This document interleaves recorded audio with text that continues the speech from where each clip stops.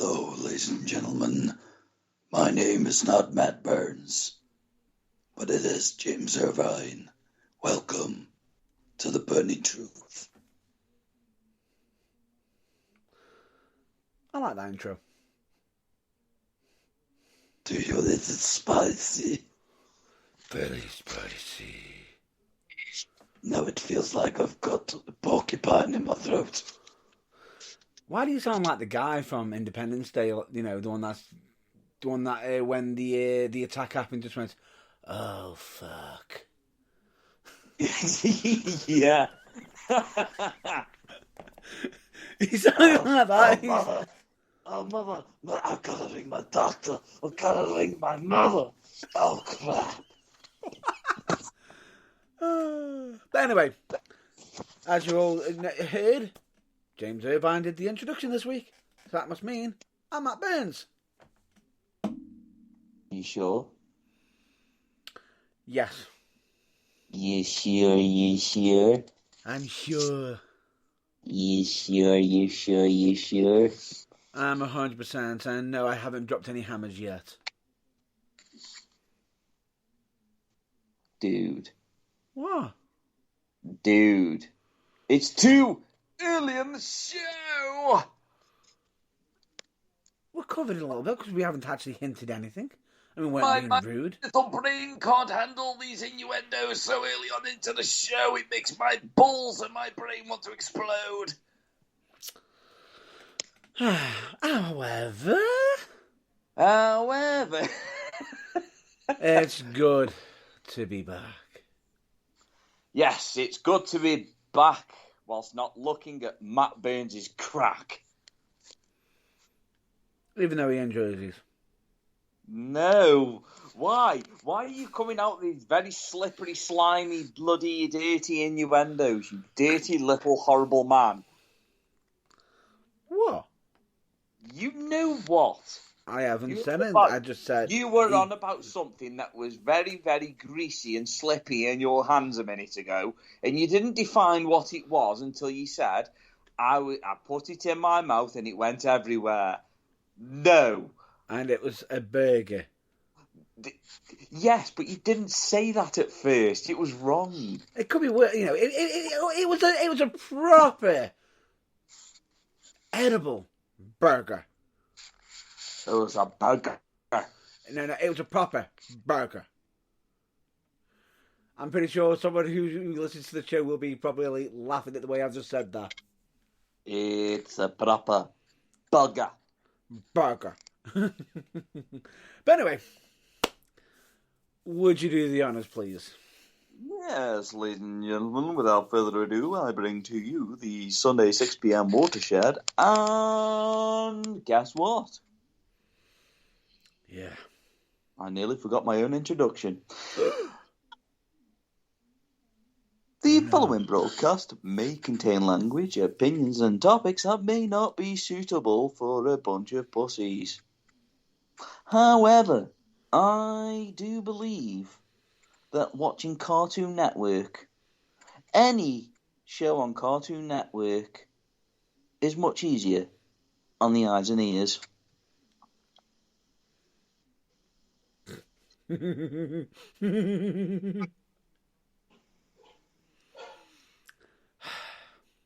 I like. And I even like how you did it subtly enough that we could even possibly even bring that back, the topic, a little bit. Yes. I see what you did. You see what I did there? Because obviously I have done different things for the last few times that we've been on air, and I thought I would bring it back. It's back once again. Yes. But don't forget, though, this broadcast is not for the faint-hearted. It is not for people of the weak-minded. And as my colleague has stated, you know, there may be the occasional swearing an F-bomb, and we might have topics that you might find upsetting. You might get offended. Oh, no, cancel culture. Oh, let's all go after Jimmy Carr. Oh, sorry, I mean Mr. Irvine. because I'm offended.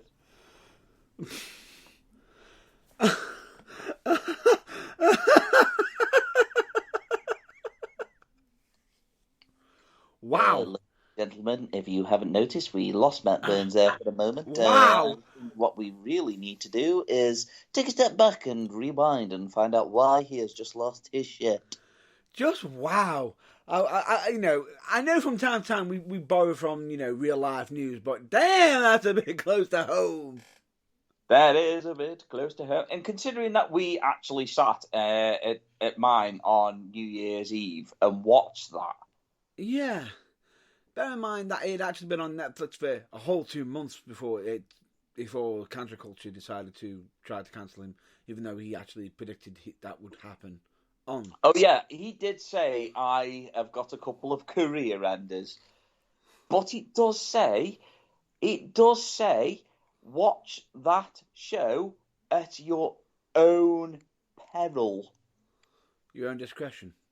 Your own discretion. It does not for the faint-hearted. If you cannot take a fucking joke, just remember, it's not a dick.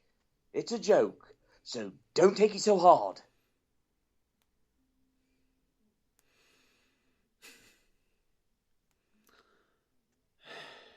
Why so serious? Why so serious?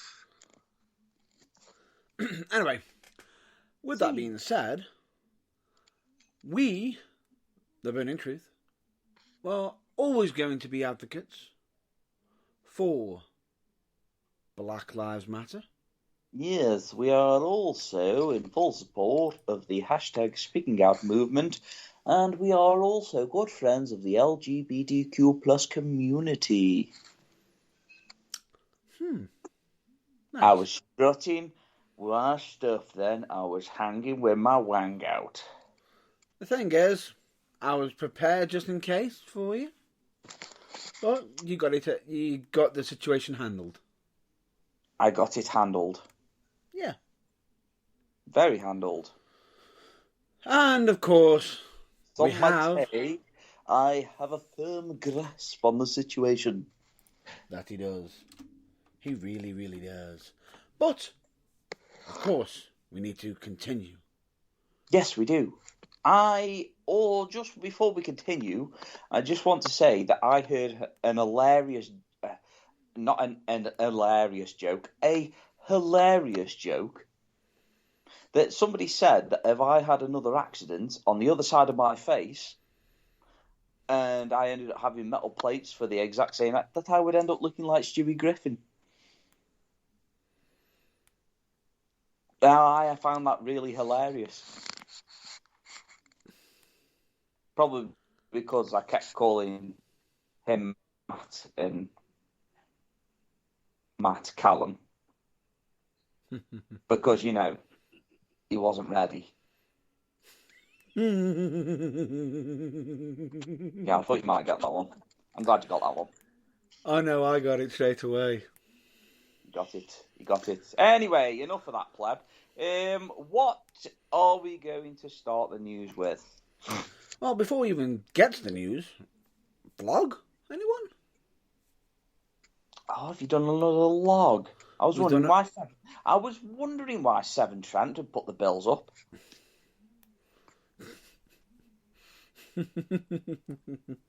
No. I could say why that's happened, but we don't touch that subject. We don't touch it. Not even with the proverbial barge pole. No, definitely not. But anyway, we've got the vlog, which actually explains the reason why there was no vlog the previous week, and we had no episode last week either. Correct. Which I'll just as a quick briefly reminder, the reason why is because we had a technical issue. Basically, the equipment just went, screw you, I'm fucking off. Again, may I remind you that sounds very much like your sex life. And do you hear me denying it?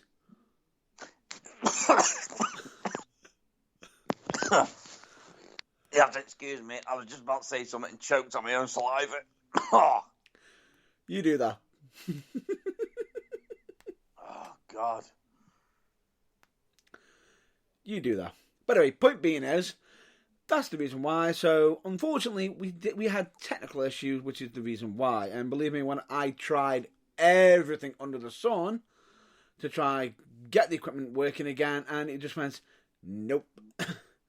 Basically, what had happened was Matt Burns had decided to download an illegal form of God knows what, and it blew up his computer. It was your history files. My history files aren't illegal to you. No, I was on about your internet files, your internet search history. I would love to know how you got that or where you got that from, but okay. Stop telling him all my secrets, you stupid twat.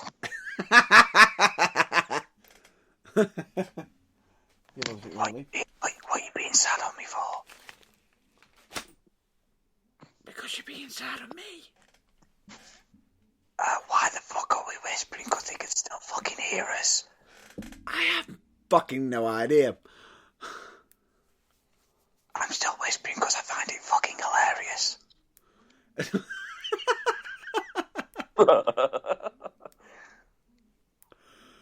Oh, it's good. One of these days I'm expecting someone just to ask us to do a whisper episode. Oh God, yes. Can we do an ASMR episode where James Irvine talks bollocks about Vince McMahon and talks shit about his cousin and his sex life and Vince?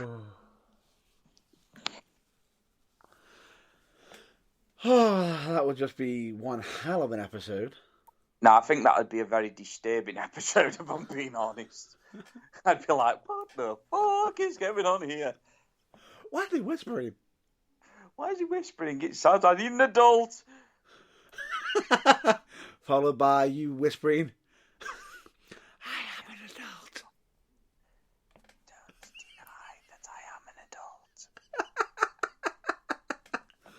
But anyway, genuinely check out the vlog. You might have noticed on the past two vlogs the fact that we've actually got some graphics a little bit. Some graphics. Some graphics that are going to hopefully improve. Hang on a minute. From what you've been talking about today, what kind of graphics are you talking about? We're on about like the new TBT vlog intros. You know, how we've actually got named titles of the actual vlog popping up on the screen. Oh, no, that's cool, then. That's cool, that's fine. It's all right, because we were whispering a minute ago, and, things got pretty intense, and, yeah. And you've got your search history as well. I'd love to know where you got this from, but, okay. And I know somebody. Did I do it again? Okay. I love the, should I be worried? Anyway. No. Anyway, he's got nothing to worry about, really, as such. But anyway, other people might on the wrestling industry, because basically, did anybody watch the Royal Rumble? Unfortunately, yes. Unfortunately, yes. Yeah. I'm just going to say, on a scale of 1 to 10, how disappointed were you? I'm going to whisper this now because I was about as disappointed as I can't even think of anything clean to say. Basically, in other words, I can't think of anything good to say because it was the biggest pile of fucking horse shit in the history of all Royal Rumbles. In other words, not even fucking Kleenex could clean up that shit. Nope. I don't even think that one sheet does plenty could wipe it up. Oh no, not even the fucking roll. The whole fucking roll. It just no. No. You're not going down that road. No. Just stop. It's just wow. I mean, yeah. Some of the singles matches were really good. I enjoyed the singles matches. Becky Lynch and Doudrop. I really enjoyed that. Except for one move that happened in it. Did I blink during this move, or is it something that's sitting at the back of my mind that I'm not sure of? I'm pretty sure Big E would be a bit upset. Go on. The fact that Doudrop hit her own variation of the big ending, and it got a 2. Oh. To be honest, I didn't really notice that because I was kind of into the match, so I didn't really notice that, to be fair. To be honest, I just thought Doudrop, considering that she's not your typical type of WWE female wrestler, and she had practically taken over from Nia Jax, that she did really well. Which we'll cover that in a bit. Yeah, we'll cover that one in a bit. I'm a hole. Anyway, no, I get what you mean. It's not your typical usual role of someone getting pushed into a title contendership. Yeah. It just didn't make leading up to it. It was like, why all of a sudden she got a title shot? It just kind of came out of nowhere, really, for me. But I haven't been watching it, so A number one contendership match, which just suddenly happened from out of nowhere and just went, yay! It went, what? Yay!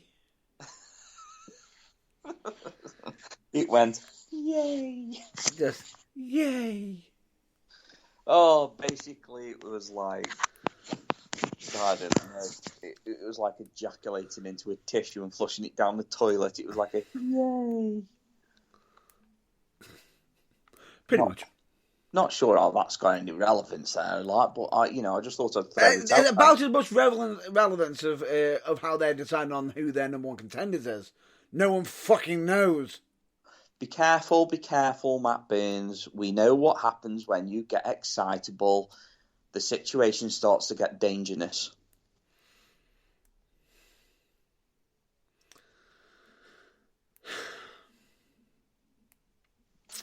Okay. Calm down. You hate me now, don't you? You hate me. I can sense it. No. I'm just trying to keep some composure. Meh. And not just fly off the handle into a rant because we haven't got all day and we've got a lot of shit to talk about. Okay. I'm listening. In other words, basically, Royal Rumble matches, yay! Rumble itself, what the fuck? Yeah.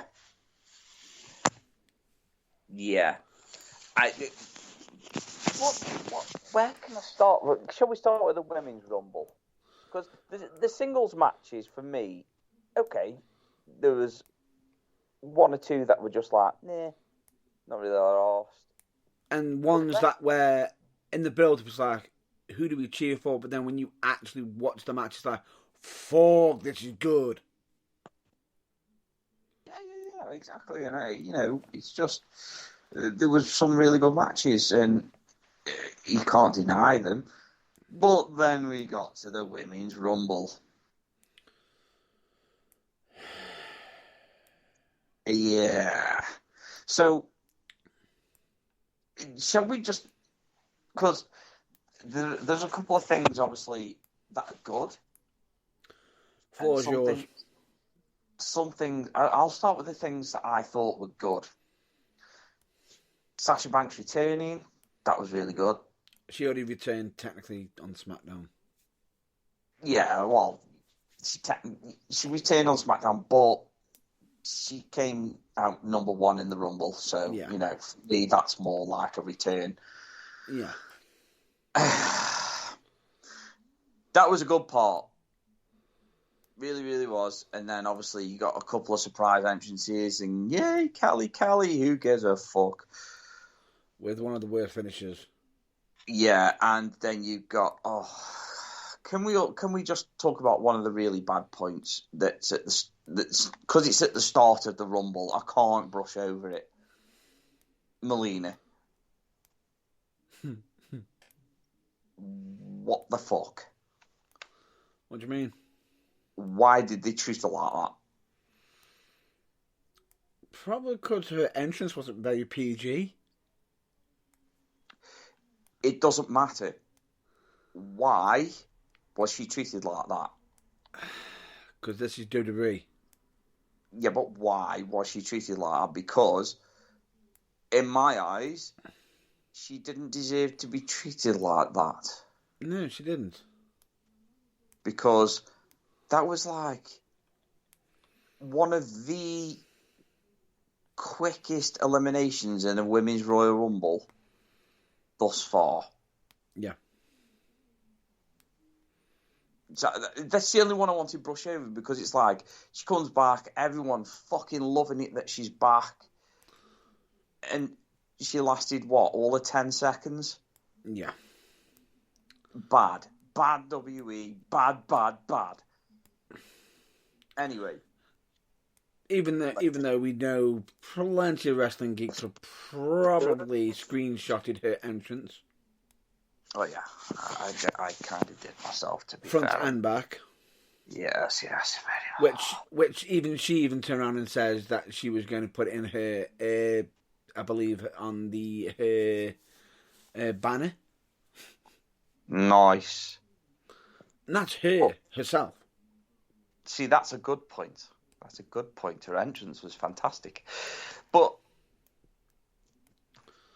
a couple of more good points. Good points is Mighty Molly returning. Oh God! I had to laugh at that situation. It was another quick elimination, but it sets up a really good angle. Yeah. Because Nikki Cross is already in the ring. Well, Nikki ASH. Almost. Superhero. Hero.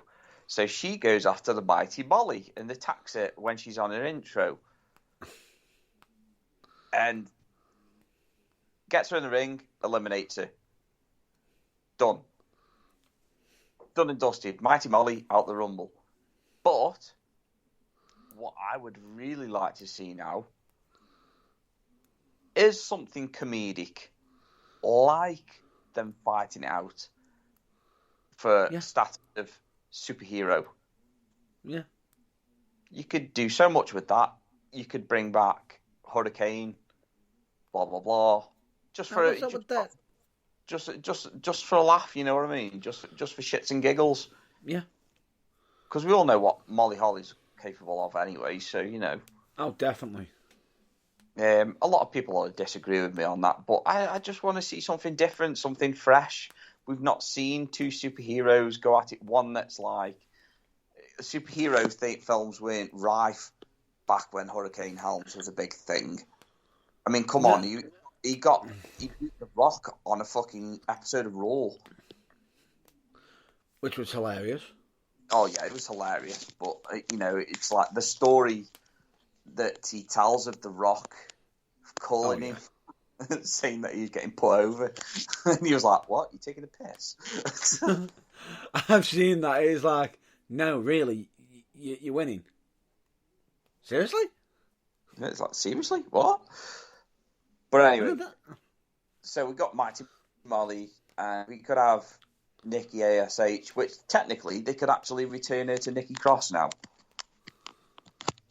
because the other Cross is gone. So change the name back to WWE.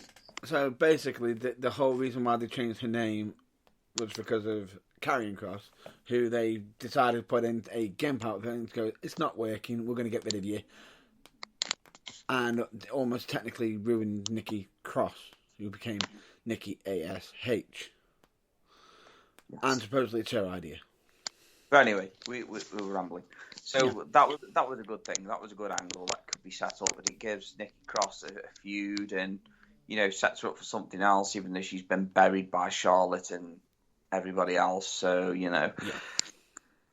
And then we get to Lita returning. We got some really good returns. We even got Mickie James coming out to her Impact Wrestling theme. Mm-hmm. And she was allowed to come out with a title. And it was actually on the title card as well. It was, but... Wrong. But it was wrong. Yeah. It is not the Impact Women's Champion. No. Would you care to share what it actually is?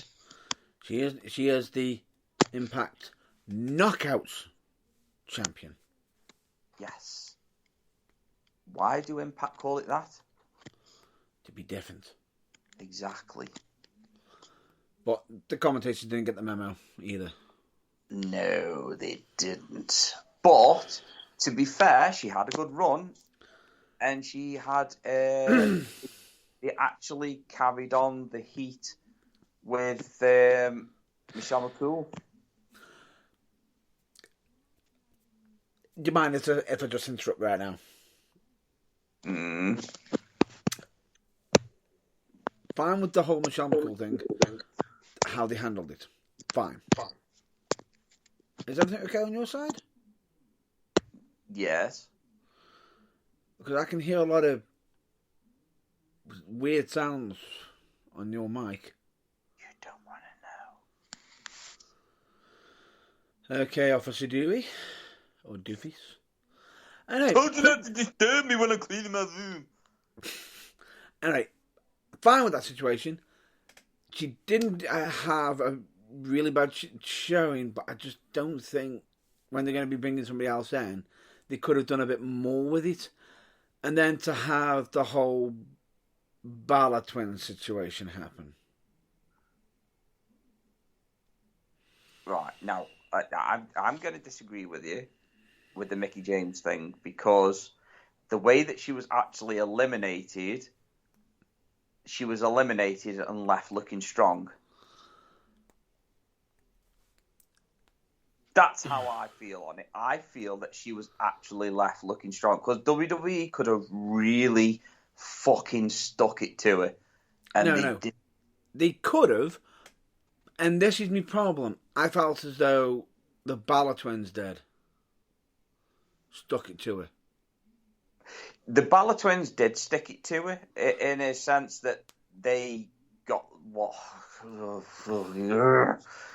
They always get the fucking limelight. That's what annoyed me.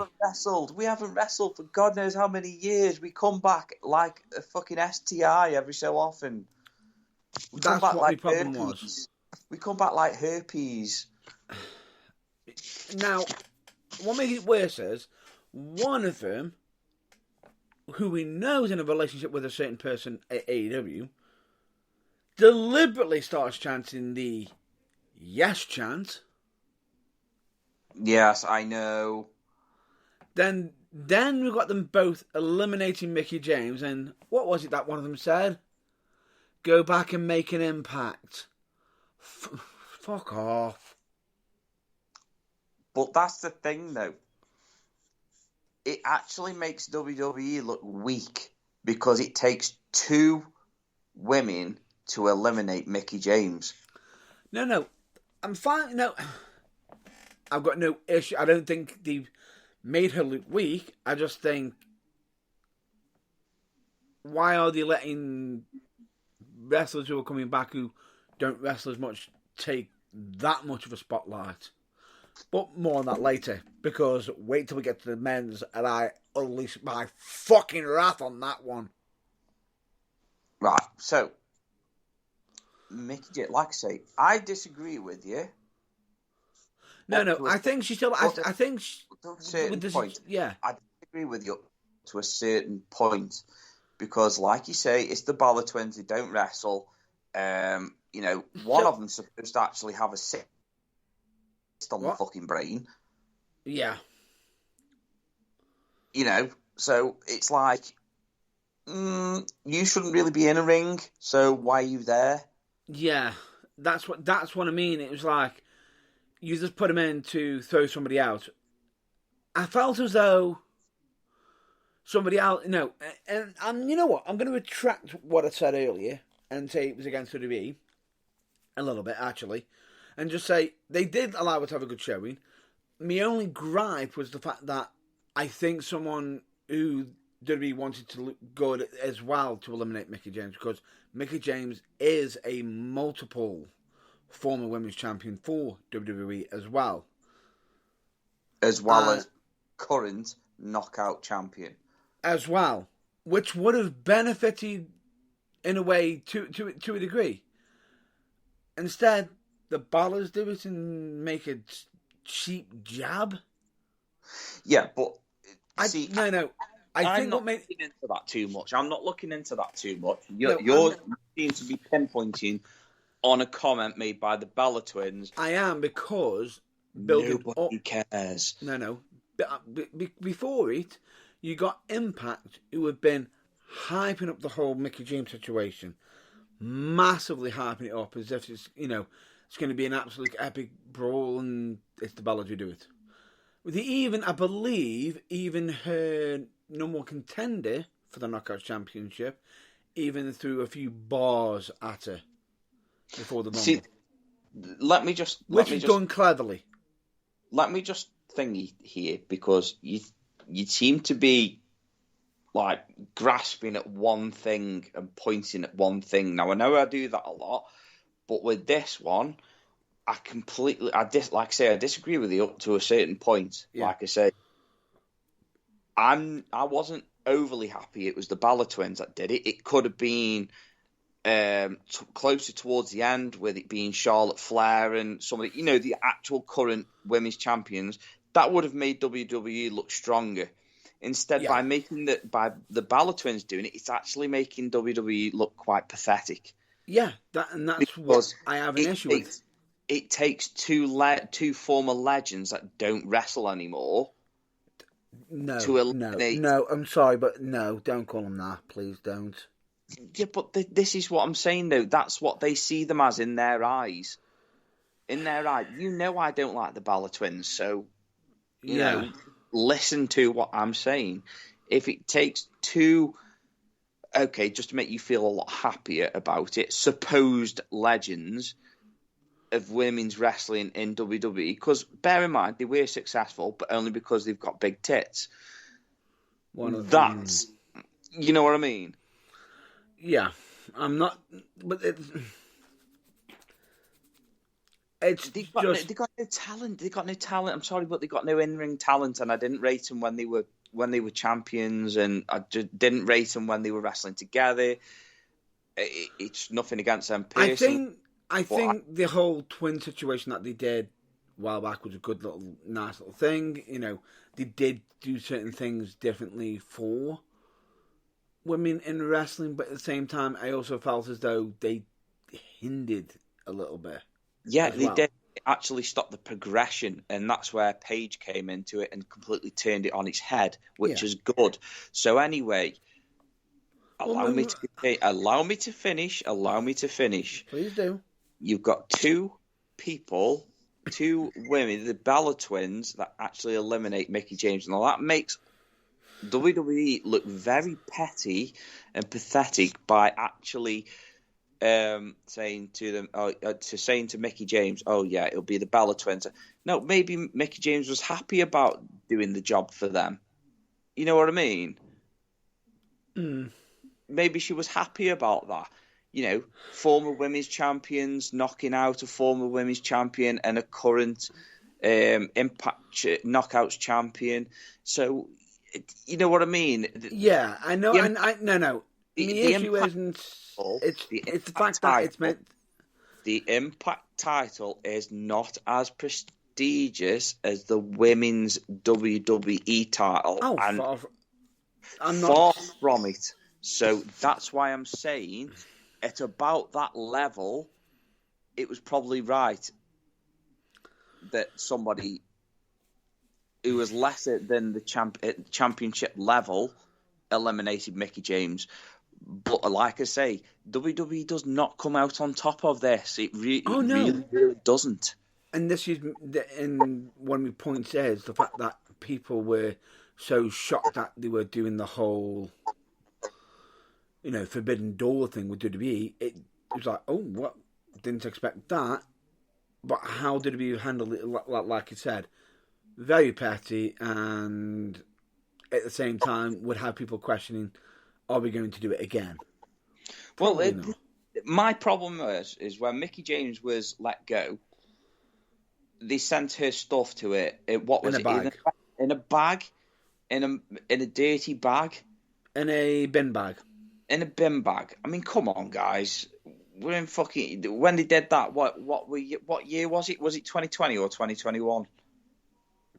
2020. 2020. So 2020, we were in 2020. It was bear in mind, it's only 2 years ago. Yeah. That she got let go and treated like shit. And so bear in mind that WWE have also got it. And bear in mind that WWE have also currently got people still chasing over their stuff since they've been let go. Oops. Yeah, well, that's got nothing to do with what we're talking about. No, we're talking about Mickie James. Yeah, we're talking about Mickie James. But ever since that Mickie James has been released, she's torn the independent scene up. Definitely. She's gone to Impact, made a massive impact. So, yeah, she has made an impact, Bella Twin. She's probably going to do more in the rest of her career than you ever did as you were Divas champions. Well, the scary thing about it is, bear in mind that she's also linked and associated with NWA as well. Thank you very much. NWA is just like one of the prestigious ones, isn't it, really? Yeah, definitely. And she's building up her own little situation there as well. Because I believe she's actually... I'm not too sure on the contract, actually, because in actual fact, I think she's... And this is the weird situation. I think she's actually signed to NWA, but got a deal with Impact, and then has worked for WWE. Yeah, exactly. So she's freelance.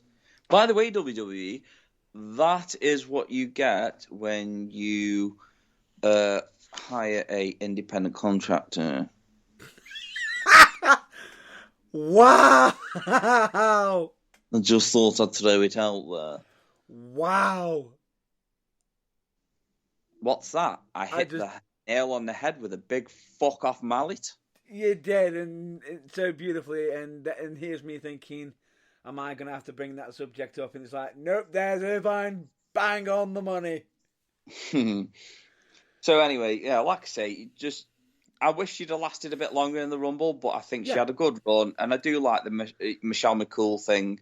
No, I agree with you on that. And we to be honest with you, all like a bit of continuity. We love continuity in wrestling. Yeah. And that's a fucking feud as old as time. Oh, definitely. And on top of that, if she wasn't there, I would not have been able to have seen such a wholesome picture that happened before that entire event started. Right, okay, go on.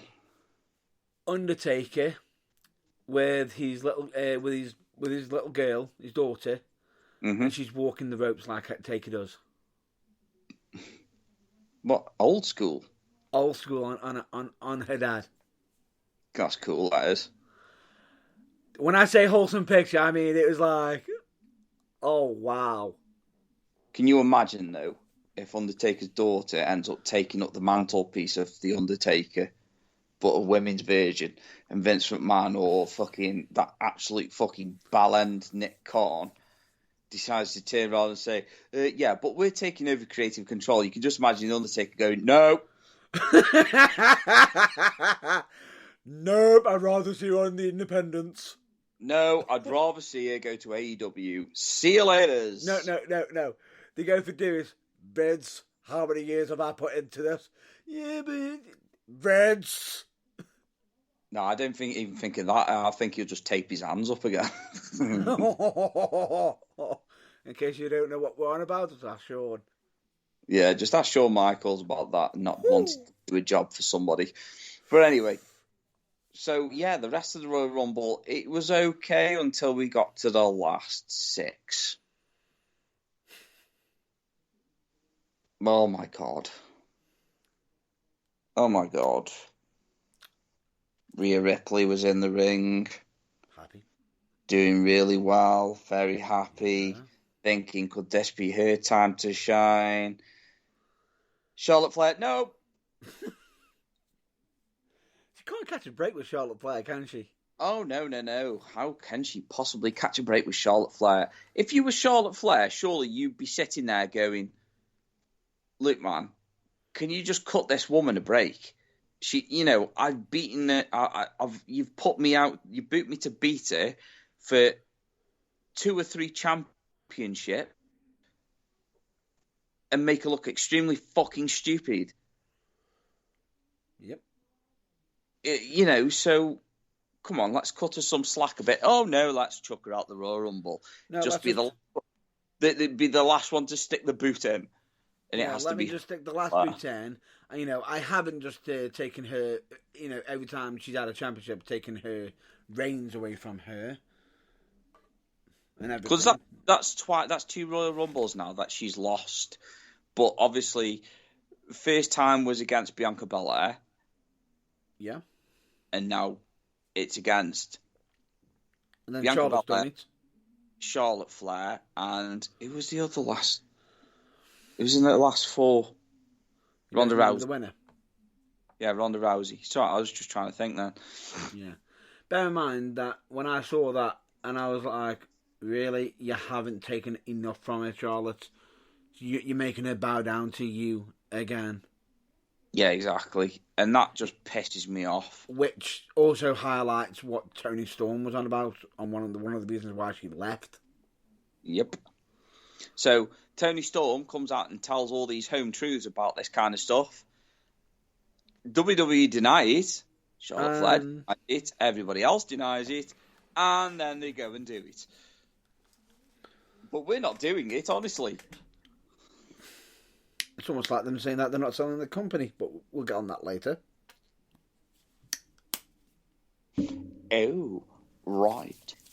But anyway, all in all, Ronda Rousey comes out over the... Don't get me wrong, I'm so fucking happy that she was the one that took Charlotte Flair out, because obviously Charlotte Flair does my fucking head in. I never, ever deny Charlotte Flair's talent. But what the fuck is she doing in the Rumble? She's a champion. She's a fighting champion that boots out one of the contenders for the championship.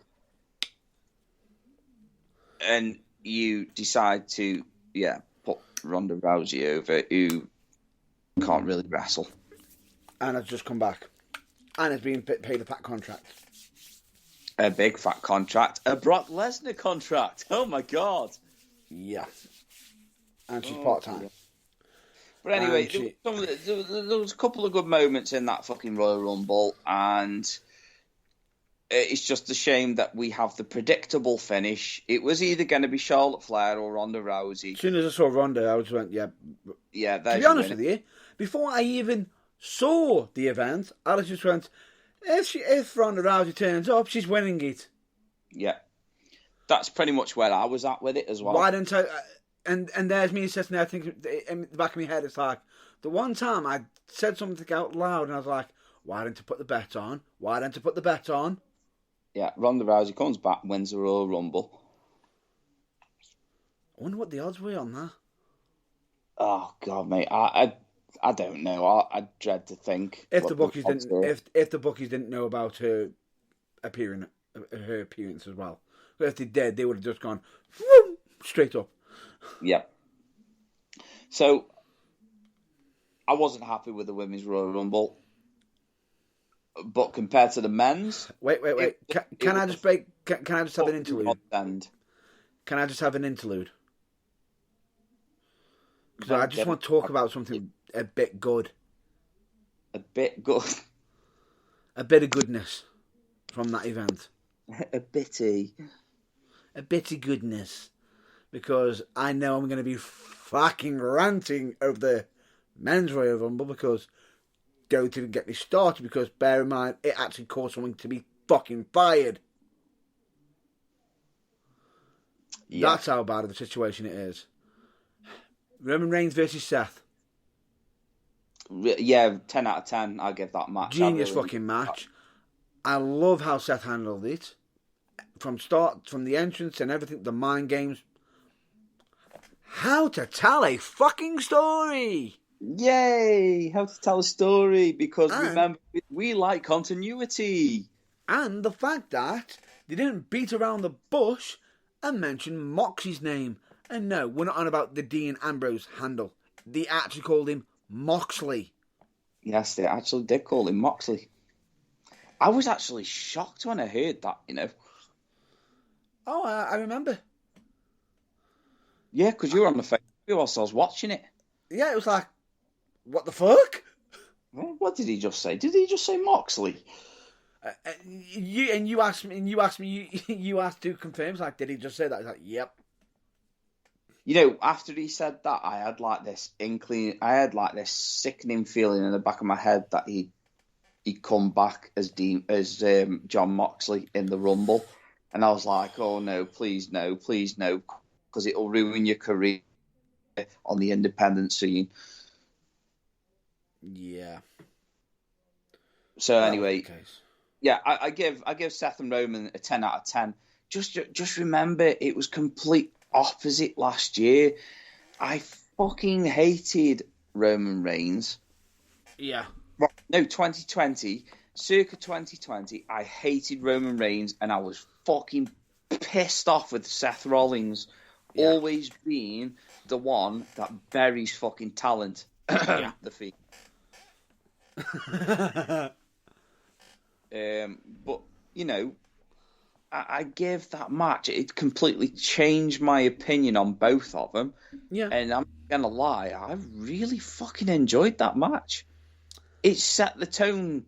It should have set the tone for what was going to be a really good Royal Rumble. Yeah. But it just, wow. Yeah. Let's just basically say that it was like having a wank and you're finishing within the first 2 seconds when you're expecting a whole Royal Rush. Mm-hmm. Or an hour-long episode, but you finish within the first 2 minutes. I'm done, but it's still going on. It was like, fap, and I'm done. Time to go to sleep. Now, great match, genuinely, had all the psychology in it, and I'm just going to point this out, Mark Cole. A shield bomb requires multiple people. Yes, you know, like the entire members of the Shield. Or 2 of them. So essentially, we know that Mox is at another company. So that leaves Roman and Seth. So technically him screaming out, shield bomb, shield bomb. So you're saying that Roman shield bombed himself? Yeah. Shield bombed himself. Translation. He got power bombed. You know, he got power bombed. He got power bombed. Power bombed. Instead, what they're probably going to say is any power bombs through the table is going to be a shield bomb. So if we see a non-shield member do that and we don't hear shield bomb, I'm calling bullshit.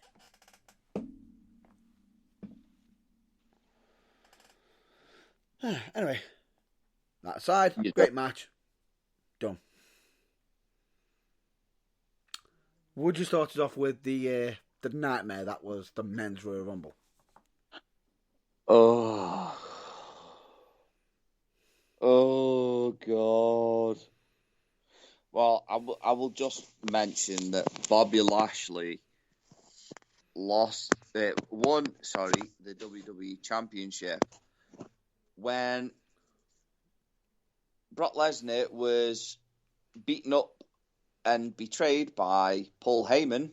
Mm-hmm. Oh my God, who didn't see that one coming?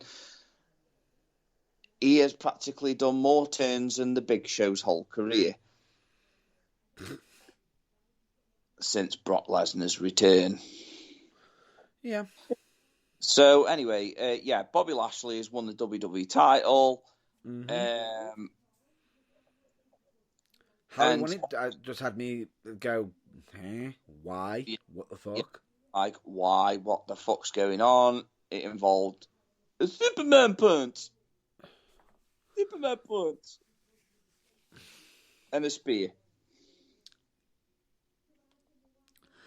It involved Roman Reigns.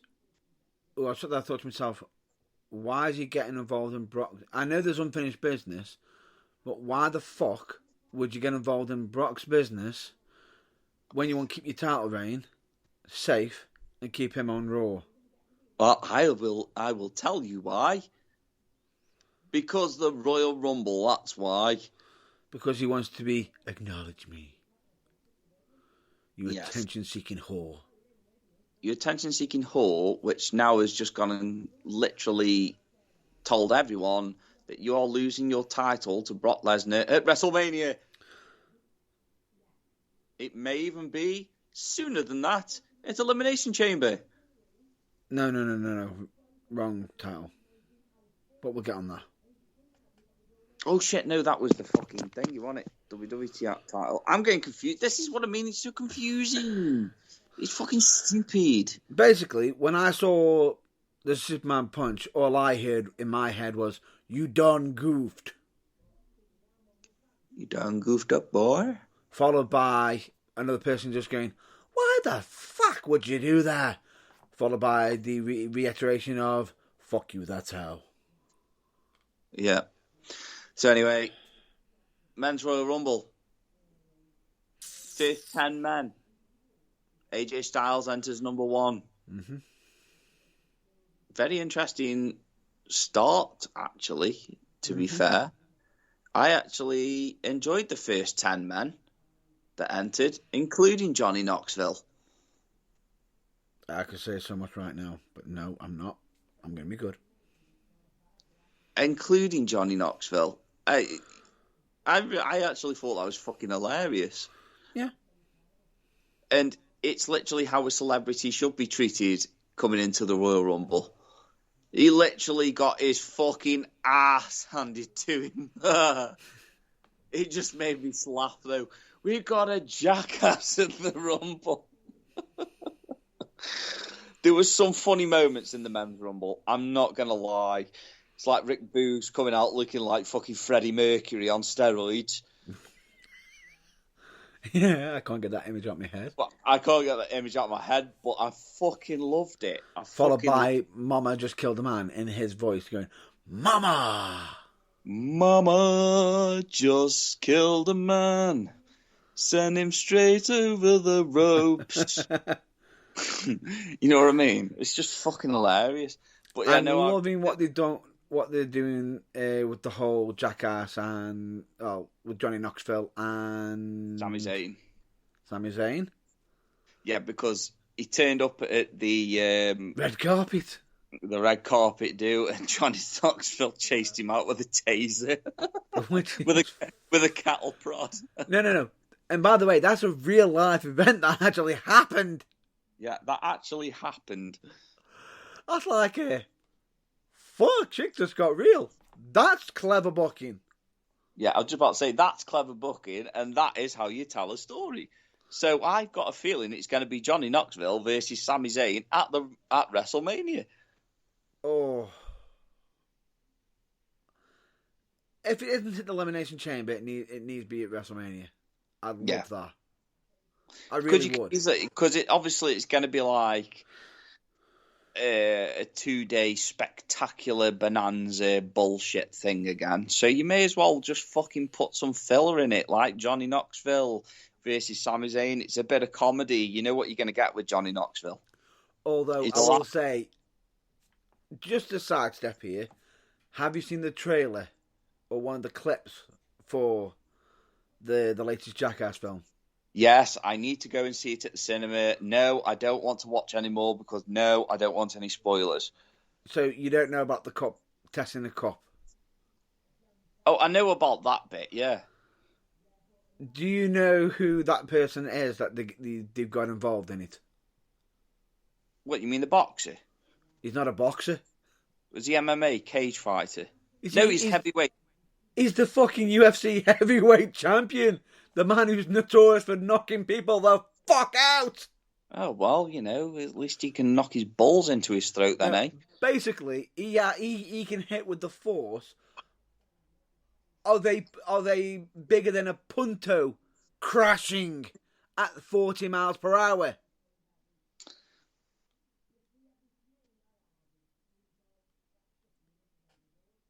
And just like that, shit got fucking boring. And he's taking it in the cojones. Anyway, back to the Royal Rumble. Yes, back to the Royal Rumble. Yeah.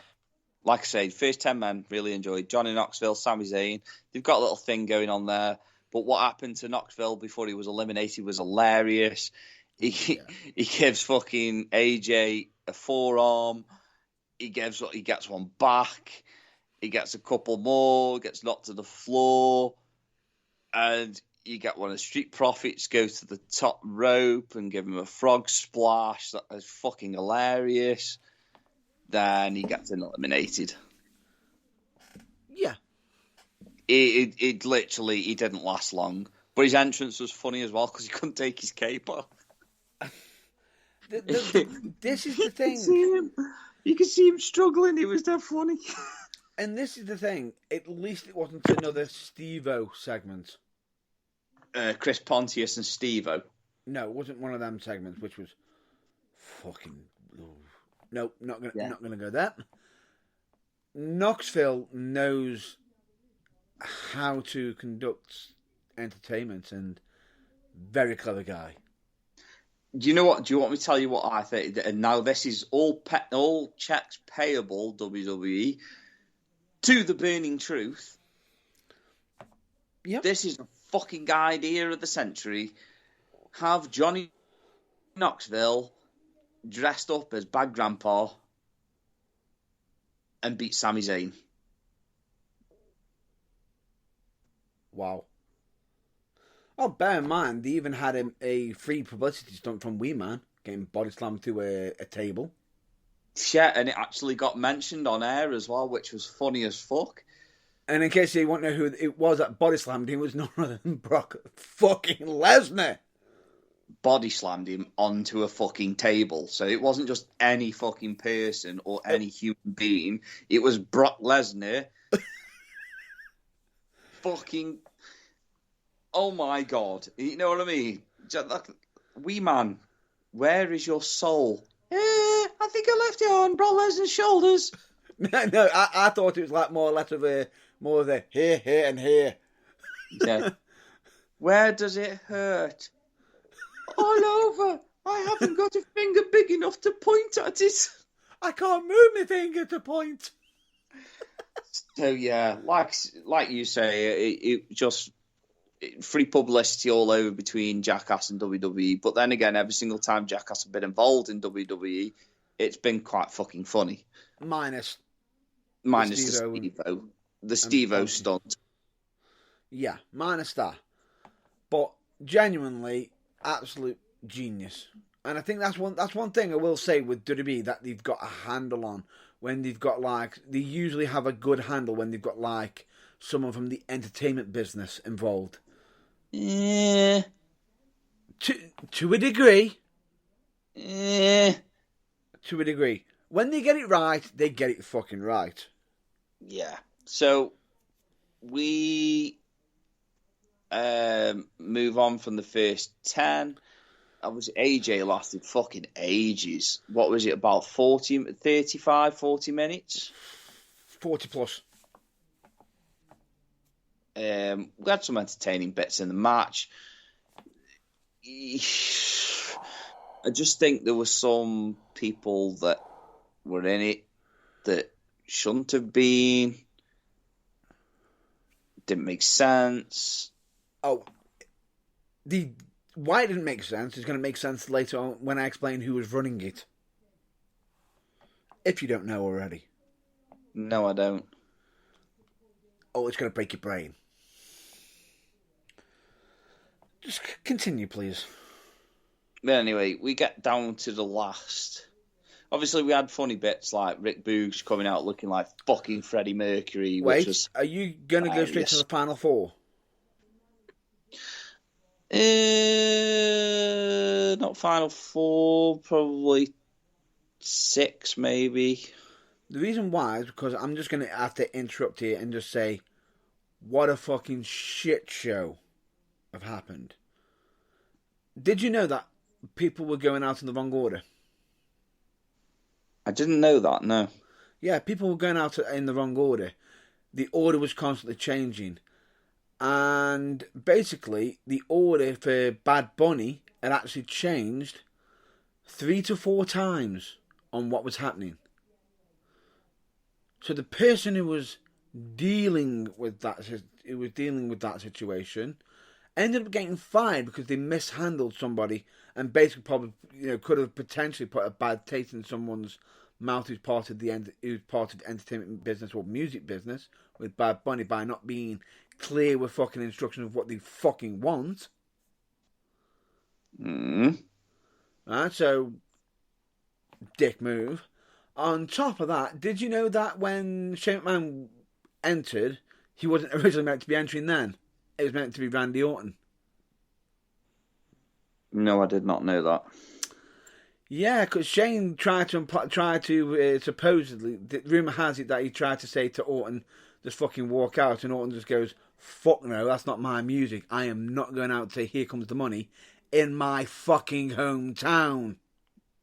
To which Shane had to quickly run to the entrance and enter the Rumble. When he did.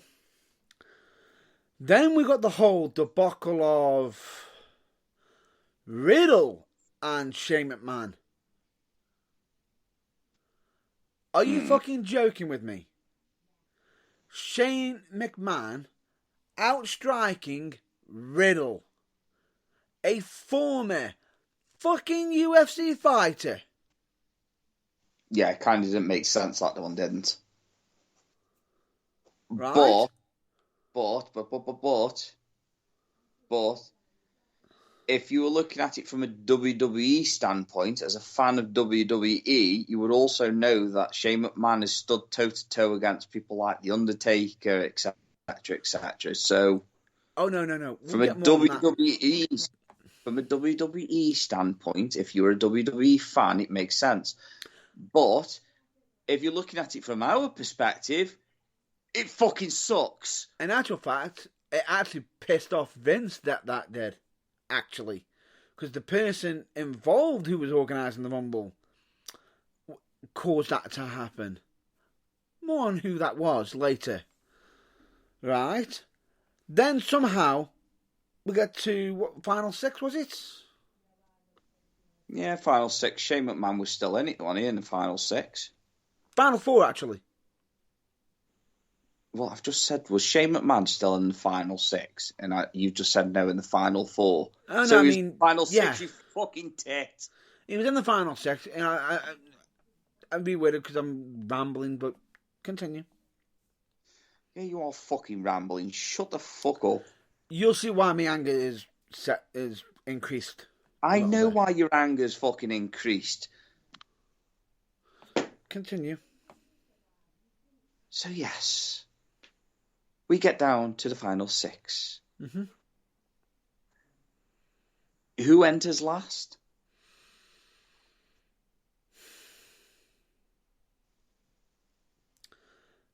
No, I'm not doing it. No. Your mate. No, I'm not doing it. No, I'm not doing it. No. So, yeah. We've got people like Bad Bunny, Shane McMahon, Randy Orton, Riddle, all of them. Andrew. Oh, yeah, Andrew McIntyre. Oh, let's not fucking start on that one. Yep. All still in the Rumble. Brock Lesnar comes in, practically, even though I did find it hilarious how he eliminated Riddle. Yeah. I actually thought that was really fucking clever. Yeah. But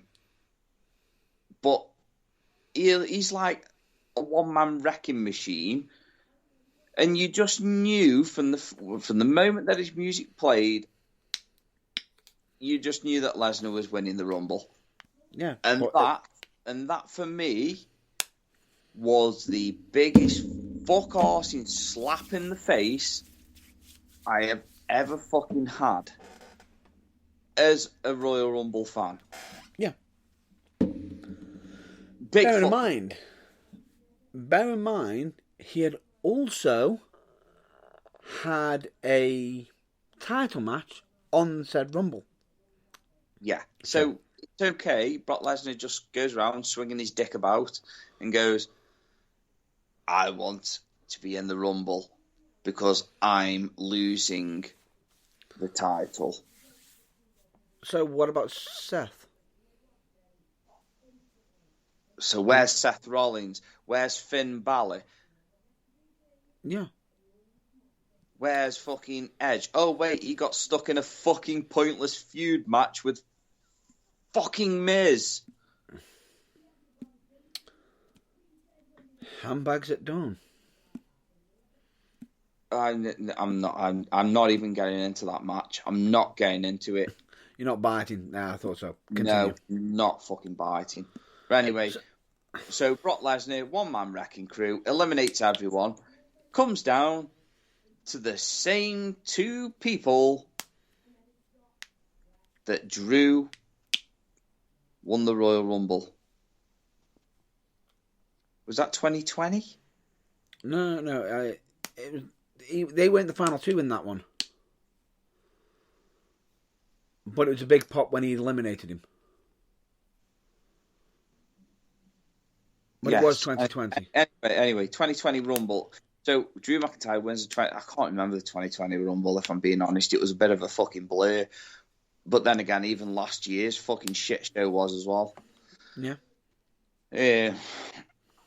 So yeah, anyway, it comes down to the last two, Brock Lesnar, Drew McIntyre. You desperately want, and everybody knows it's not going to happen, but you desperately want Drew McIntyre to win so he can have the pop that he fucking deserved for the Royal Rumble and the pop that he deserves for winning at WrestleMania. Nope. Did that happen? Nope. No. Why? Because of fucking Brock Lesnar and his part-time contracts. Duck, moves out the way, throw, eliminated, bye. Yeah. Now, how strong does that make McIntyre look? After bearing in mind, he beat Brock Lesnar for the title 2 years previous. Yep. So, somebody care to explain this to me? Because why is Drew McIntyre all of a sudden falling out of favour? Because he's in a feud with Baron Corbin and Madcap Moss. No, I think that's been squashed now because no, they bought it back. No. That was squashed. Or am I missing something? No. They bought it back. No, why? We've seen it too many times. I've seen it fucking loads of times now. I've seen it too many times. I went to WWE Live twice last year, and it was the same fucking feud. In other words, Drew's now been pulled into the invisible mid-card of evil of Baron Corbin. It's like fucking Vortex, man. Baron Corbin faces you, and that's it. You're stuck in the mid-card for the rest of your career. For God's sake, Drew, do the right thing. Go to a company that fucking appreciates you. Go to AEW. Please. But I know that you won't, because you feel like you're the main man at WWE. Well, let me just get this straight. So long as Oldberg and fucking Cock Lesnar are about, you don't stand a fucking chance, my friend. What more on that later? You don't stand a chance. No. Are you ready for some of the major whoopsies for the Rumble? Oh, I know the biggest major upset of the Rumble. Go on. Hello, Kofi Kingston. Goodbye, Kofi Kingston. It actually reminded me of Dr. Nick. Hi, everybody. Bye, everybody. I felt sorry for him. I felt annoyed for him because that is a dangerous spot that nobody would ever want to fucking do. Ever in a million years. Bearing in mind how high he is up in the air, how are you going to stick that landing? You're not. And on top of that, he wanted to attempt, he was trying to do it to him, to keep attention. And supposedly, management is saying they're upset with him. It's like, hang on, you try and get him to a fucking dangerous spot, and now he failed. So essentially, what you're going to do, you know what, I've just realised, they're not going to do a Kofi spot at the next Rumble. They're going to change it to somebody else. Yeah, it's probably going to be Austin Theory. Nope.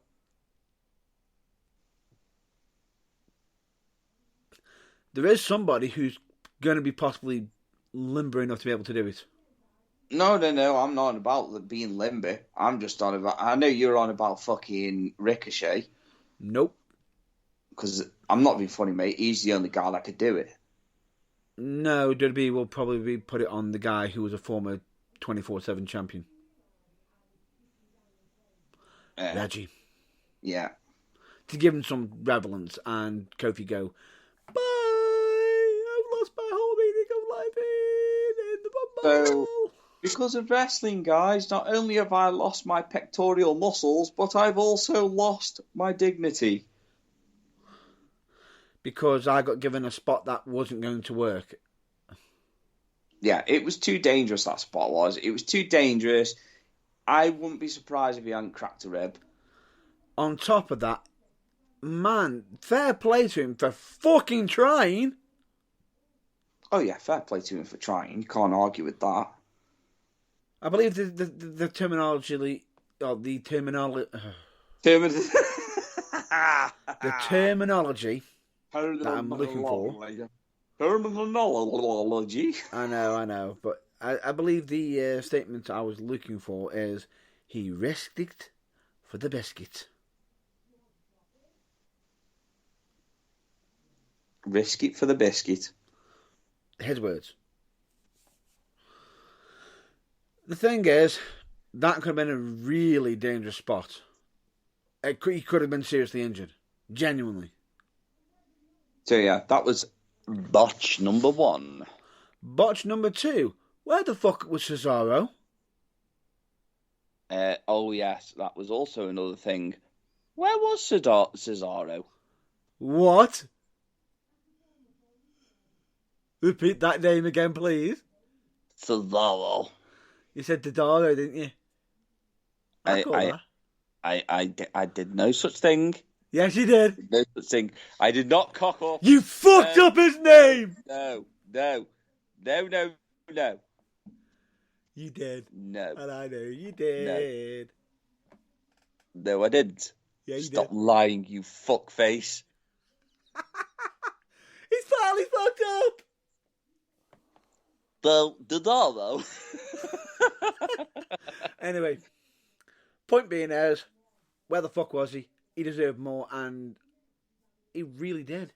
I believe he's actually put out a few statements in regards to it. He deserved way more than that. Man, what does he say? Well, he wasn't exactly thrilled that he wasn't in the fucking Rumble.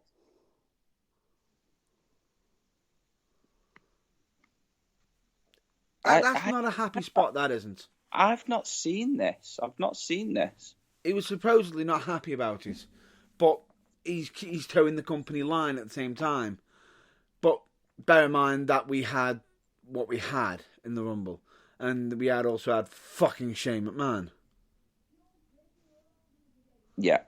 In the Rumble. And shall we get to that shall we get to the biggest pet peeve of the Rumble? Go on. Or at the very least, my biggest pet peeve, Shane McMahon. Yes, let's go there. Mr. Best in the world. Yeah, Shane, that was a fucking gimmick in the past. You shouldn't be actually fucking believing it yourself. You're not best in the world. No. And to put it bluntly, the fact that you put yourself in the Rumble and made yourself Final Four, notice the word I used there.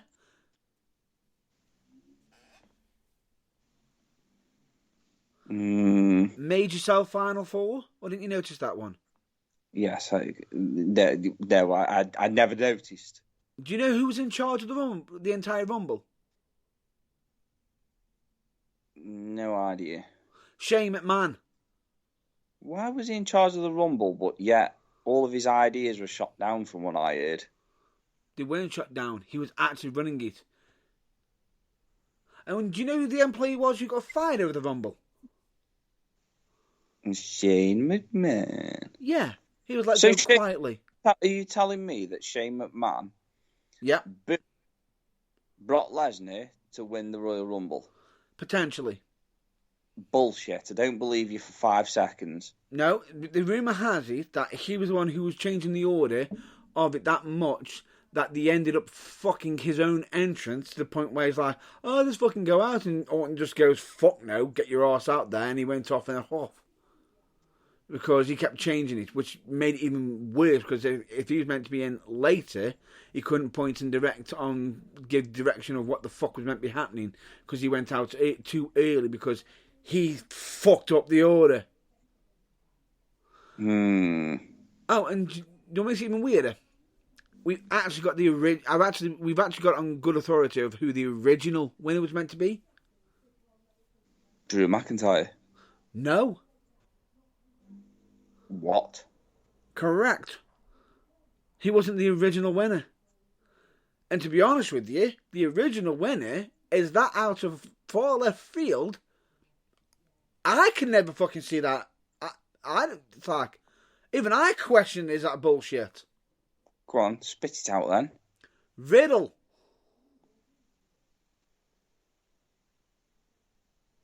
Wait, what? Riddle was the original Rumble winner. So could you imagine Riddle? He wouldn't go after the Universal Championship. I think the idea was to go against the WWE champion. Yeah. Which could have been a point of the whole Orton and him situation. But what did not cause the change? Well, obviously it's going to be Shane McMahon, isn't it? No. Roman becoming ill for day one is what changed it. Because Brock didn't get to take his title and instead took the WWE Championship. Oh, well, I thought that bit was just obvious. That's the reason why that original plan went out the window. Whoopsie. Still, though, way to fuck up a Royal Rumble, guys. Way to fuck it up. But would you say that was a nice shock win if they went with the original plan? That would have been a shock, yeah. That would have been a shock. It made me question what the fuck was going on. But at the same time, it might have been pushing the RK Bro storyline at the same time as well. Yeah, the RK Bro storyline where Riddle goes on to win the fucking champion WWE title. Or better yet, Orton gets jealous over the situation. Yeah, because Orton's very good at playing them sort of characters. Yeah. You know, he's very good at playing himself a complete and utter dick. Although, on rumour has it that he's actually become less of a dick. Yeah, well, I'm imagining that he has over time because... He's mellowed out. In fact, as he was leaving the Rumble, he even left through the entranceway with his daughter. Oh, that's nice. That's wholesome, that is. That's wholesome. But the point being is, that's, that would have been an interesting storyline. Instead, we've got two part-timers who aren't always on the main shows win the Rumble. Fucking wow. And the only title that Drew McIntyre can end up winning now is the US title. And even that's a fucking stretch. You can't win the US title. Wrong show. Why did I just say that's a fucking stretch? Oh, good point. That's a good point. But anyway, I am done with WWE. I hope you are now, because I am literally spitting feathers. Yeah. I want to move on to something that's a bit more of a moist maker. I see what you did there, but we can't yet. Why? What other boring shit have you got to come out of your fucking gob now? Would you like me to just get it quickly out the way? Yes, for the love of fucking wrestling. We've got Brock Lesnar in the Elimination Chamber for the WWE title, and Seth Rollins and Kevin Owens is now begging for a slot in that match. Brock on his own cutting promos is fucking hilarious, which is entertaining as fuck, because I actually like face Brock cutting promos. He's fucking funny as fuck. He doesn't need Paul Heyman, so I'm game with that. But for fuck's sake, if he wins the title at Elimination Chamber, that means it's going to be WWE Championship versus WWE Universal Championship at WrestleMania. Boring! But we also know what that means. We also know that means there's going to be a first ever undisputed Universal Champion. Unified. Of the world. One, unified. Of the world. No, it'd be of the universe, because the Universal title. No. It will be the Universal World Championship.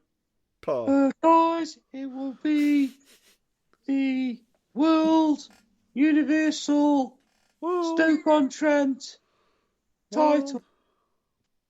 World Championship title. Belt. Eyes. Yeah, you got where I was going with that. Anyway. Introducing first a wrestler. Anyway. You saw I was going with that then, didn't you? Good. Anyway, point being is... need to get on with this right now. Point being is... Wow, great. So that could be a bit of a thingy if he wins it. Down on the SmackDown side, we've got Roman Reigns. Yeah, I'm the big dog. I'm the tribal chief. I'm the head of the table. In comes Goldberg. I acknowledge Roman Reigns, but I'm taking your title here to Elimination Chamber, for fuck's sake. No. Yeah. Can you imagine that fucking nightmare? And what pisses me off, what really boils my piss about that situation is, we just had an amazing match between Seth and Roman, where Roman got himself DQ'd. Can't they have continued that fucking storyline? No, of course they couldn't. Oh, no, of course they couldn't, because Goldberg, or Oldberg, has got one more match in his contract for now, for this year. And he needs to use it quickly. And he wants to do it just in the build-up to WrestleMania. Fucking genius. But at least it's not of the main event at WrestleMania. You do realise he gets 3 matches per year, supposedly. Yeah, but you've just said he's on his last contract. Supposedly his last one. But then again, I could be wrong, and they'll squeeze another one in and have him win the title and probably have him versus Lesnar. No. This is WWE. No. Regardless of who wins in that match, we've got a predictable match. Very. Yeah. Yawn. Anyway, moving on. Right. AEW. Well, actually, can I just put one bit of good news out? That's non-wrestling. It's wrestlers involved. Fucking serious? Yes, I am serious because it's going to link into AEW quite nicely. You better fucking hurry up. Congratulations to Keith Lee and Mia Yim on getting married. Really? You stopped my AEW content for that? Yes, because Keith Lee is now free to actually sign with AEW, and Tony Khan's actually in talks with him right now. Why? Do you know him personally? Have you rang him? Have you texted him? Are you sure it's not Bray Wyatt? Or are you sure it's not this? Are you sure it's not that? Come on, for fuck's sake. I am sure. I've looked it up. I've done my homework. I've done my research. Tony Khan has already put out. He is talking to Keith Lee. He is now a free agent. Yeah, he's talking to Keith Lee. Doesn't mean he signed him. I never said he had signed him. I said he's talking. Oh my God! Will you stop bumming Google? I'm not bumming Google. Take 24 hours off fucking internet, will you, lad? Dude, what the fuck's wrong? I could have brought up the whole fucking miss my arsehole. Yeah, I'm so glad you didn't. But wow, no, I'm not going to do that. Continue. No, because that's it now. I'm shutting you down. Nah. I'm shutting you down. No, you've already been fucking warned now. You're in the sin bin. I'm in the sin bin. You're in the sin bin. Do you want me to just get the Nia Jax news out the way so we can just go on to positive? Oh my fucking God, no!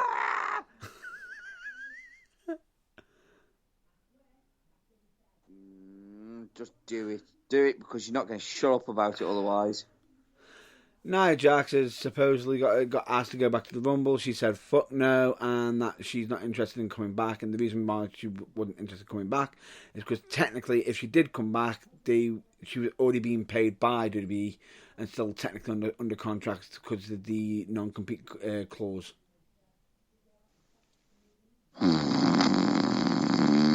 And people were upset the fact that they're saying that they're glad that she said fuck no because she's a dangerous weapon. And that's it, done. You can't stop snoring now. We can talk about AEW now. Oh yeah. That's like me. Or shall we skip the AEW news and just end the show? Would you like a kick in the Kanakas? I thought that would wake you up. Right. For the third or fourth time now, AEW, just shut the fuck up, don't you dare.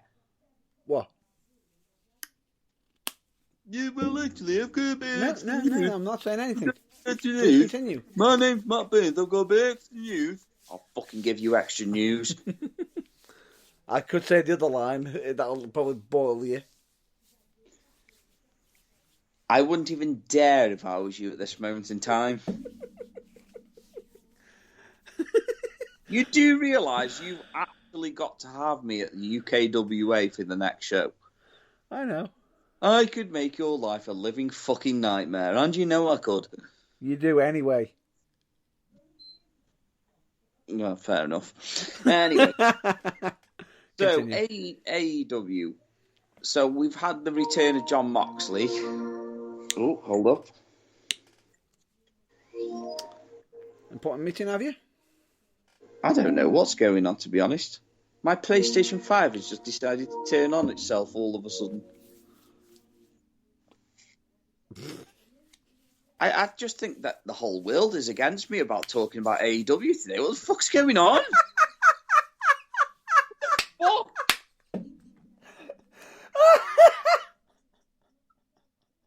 It's not even funny anymore. Cracks, it's not even funny anymore. Would you like me to start it off with some AEW news? Just so we can get the fuck on with it. for the love of fucking chuff, please do before something else fucking happens. Oh, wow. Just wow. AEW, absolutely amazing. I'll just hit it off with the best news from AEW, a certain match that was on AEW. What a fucking match. How to tell a story. And what was it that you said? Some fans said, he won't put anybody over. Yeah, he fucking did. Anybody over. Hang on a minute. Let me just have a pause. A couple of seconds. Right, nothing's happened. I can go. I've already started, so go on. The floor is yours. CM Punk, MJF. Now that is how you tell a fucking story in wrestling. I've already got my wallet in my hand ready for the next match. I'm so glad you said your wallet then. Yeah. I've already got my wallet. Well, yeah, take my fucking money. That match was fucking fantastic. People keep saying, and I'm sick of seeing these comments, Punk won't put anybody over, he's overhyped, he's too old, he's too slow. What?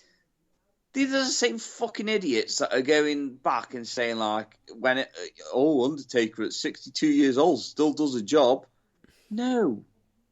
He was fucking slow. He was old. He needed to retire. It's like Ric Flair. It's like Ric Flair and he's going to come back. No, stop! It's probably the same people who said that Goldberg can still do the jackhammer. The only thing that Goldberg can do that is remotely resembles a jackhammer is when he's tugging his old man. Not touching that one. No. I wouldn't if I was you. It might get rather messy. I am not happy with people, the way that they look at CM Punk and think, oh, he's too old, he's too decrepit, oh, he's slow, he's boring, blah, blah, blah. He is telling a story of somebody who's been away from wrestling for several years and is making a comeback. Yes, he's beaten people. He's wrestled jobbers. And he barely escaped. He barely escaped Wardlow. No, I'd say barely. I mean, fuck me. He barely escaped Wardlow. Now, if it hadn't been for people interfering like Sean Spears, he would have won. Yeah. He would have won. Yeah. But then you have got the match against Sean Spears. It literally like a 2-minute wonder. I think the entrances took longer than the match. Yeah, wonderful promo, great on the match. Sean Spears was to then get brutalized like that. Yeah, and I think that's why people were pissed off at CM Punk mostly, because they were saying like, oh, he's not going to do a job.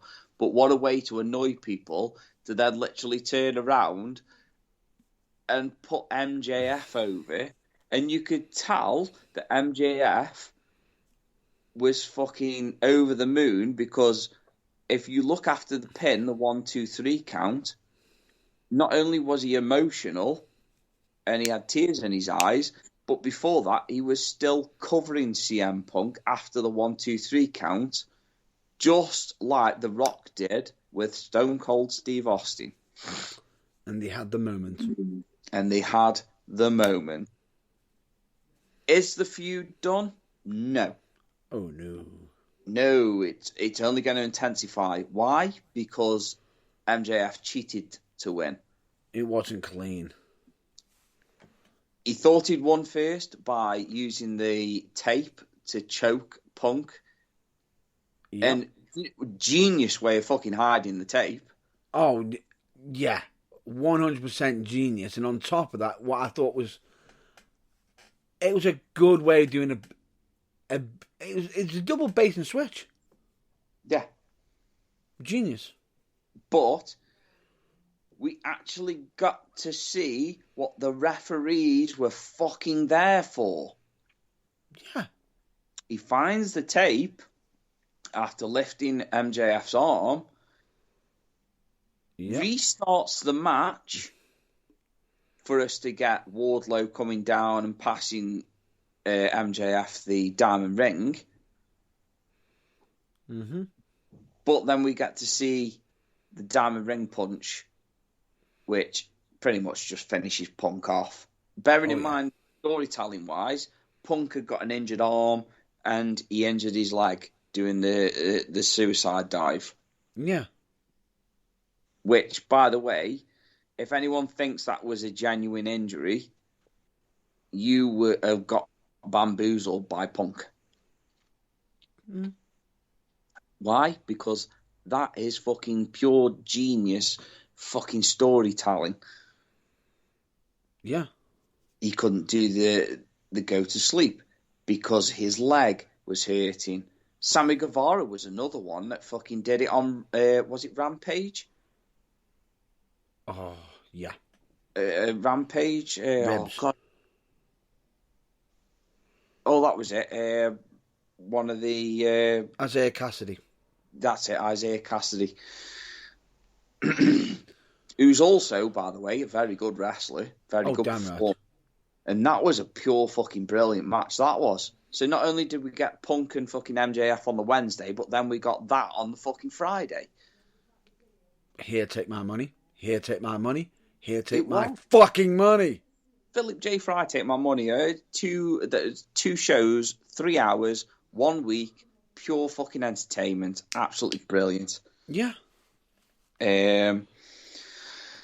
So yeah, MJF, CM Punk, hold your heads up high. Fuck what the haters say. It was a brilliant match. It was fucking perfect storytelling. Mm-hmm. And the best thing about it is now, where does Wardlow stand? You'd think he stands behind MJF. No, but how much would you be annoyed that you got MJF who cost you your undefeated streak? I think it's all going to come down to this TNT Championship now, I do. Because of the tournament for the TNT Championship. It's a possibility. It's a possibility. Because obviously MJF has said that he wants that TNT Championship. But then again, Darby's also indicated he wants it as well. Exactly. So, it fucking hotting up though, isn't it? It really is hotting up. Damn right it is. It's hotting up in thing. And Jericho on commentary is awesome. That's sad. Let's just appreciate what Adam Cole brings to the table. Let's just appreciate that, because everything he said in that promo is fucking true. Mm-hmm. He has been the best wrestler for years. Everywhere he's gone, he's always ended up on top. And been the main champion. And been the main guy. Whatever promotion, whatever brand, whatever company he's with, noticed that whatever brand with a dig at WWE, because they've got 3 brands. Yep. So whichever brand, there, isn't it? Yeah. And I'm just glad that we're getting to see this side of Adam Cole now. The NXT Adam Cole. The serious Adam Cole. But unrestricted. I don't think we're going to get the NXT Adam Cole. I think we're going to get better. I think we're going to get the ROH Adam Cole. Do you reckon? Oh, mate. Yeah, if we get that Adam Cole, sign me up. Oh, yeah. Ring of Honor, NXT. Exactly. Multiple NXTs. Yeah. And soon to be AEW. Mate, the fucking list, anywhere he goes, he's money. He has money. I mean, come on, all he's got to do is points his thumb at his head, boom, gets a massive pop from the crowd, gets in the ring, wiggles his arse from side to side whilst he's crouched down, points his fingers up to the sky and say, Adam Cole, baby, and everyone eats it up. They're all eating out of his fucking hand. And would you believe that some of that actually started in Pro Wrestling Guerrilla? There we go. Which, by the way, he did end up winning the main championship there as well. Yeah, exactly. Because why? Adam Cole is money, baby. Because he's Adam Cole, baby. The whole Britt Baker thing, it's fucking brilliant because obviously she's serious. Very interesting where they're going with that one in Thunder Rosa. Oh, yeah. I told you, didn't I? I told you somehow Thunder Rosa was getting up in the main picture. And now that we find out that Martinez was hired by Britt Baker to take her out, we are setting up the fucking championship match that we've all been dying to watch now for the last 12 fucking months. I know people are saying that Statlander might be the current number one contender. Nope, can't see her taking it. It's definitely going to be Thunder Rosa. It's got to be Thunder Rosa. Got to be. Kris Statlander is a very, very good and talented female wrestler. And do I think she is women championship material? Yes, I do. But not yet. You cannot overlook how good Thunder Rosa is to say you're not ever holding the women's championship because we've got Kris Statlander. Fuck off. You know what I mean? It's not believable. It's not believable. It'll end up being either a match with Kris Statlander for the number one contendership. Yep. Because obviously Statlander's got that whole thing going on within the Best Friends at the minute. Yeah. And then we've also got Danhausen. Yeah, we've got Danhausen as well. You love that guy. How much did you pop? I get all the monies. Danhausen. They got to speak to the peoples, and they speak all to the Hausens. I fucking love it. I really do. It's one of the best gimmicks that's ever been made, honestly. And would you believe that he almost quit before he did that gimmick? Well, I can believe it because I read it. Oh, okay. Just interesting, that, isn't it? It fucking is. He is a pure talent. Even when he was just like a serious wrestler, he's a good wrestler as well. Yeah. But the trouble is, with the way his look was, he was generic wrestler number fucking 1,699. He was going to get overlooked. But then when he brought out the whole Danhausen character, he fucking skyrocketed. Yeah. What does that say to you about wrestling? It's not all about high flying and flippy doodahs to get yourself over. That it is. You can bring to the table. Yeah, 100%. 100%. As a storyteller, as a performer. Very nice, very evil. Very evil, very nice. Put me in an episode of Seinfeld or you'll be cursed.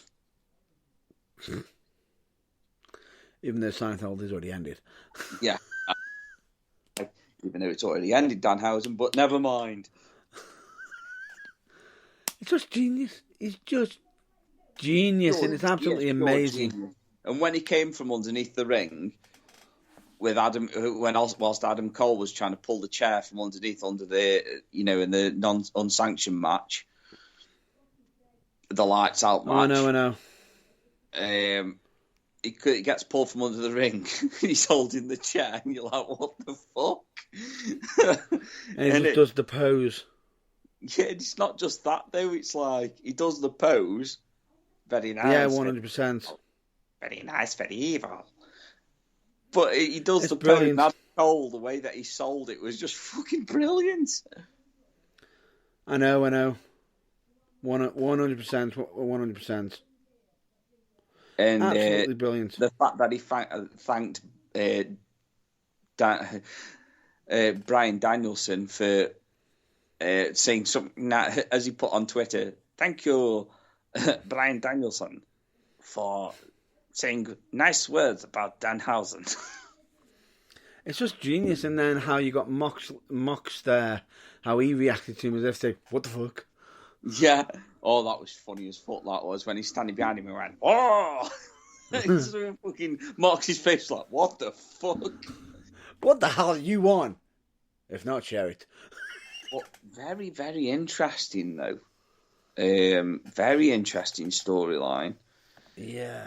Ryan Danielson, obviously still pissed at Hangman Adam Page being champion. But this is what I like about AEW. There are barely any rematches for titles.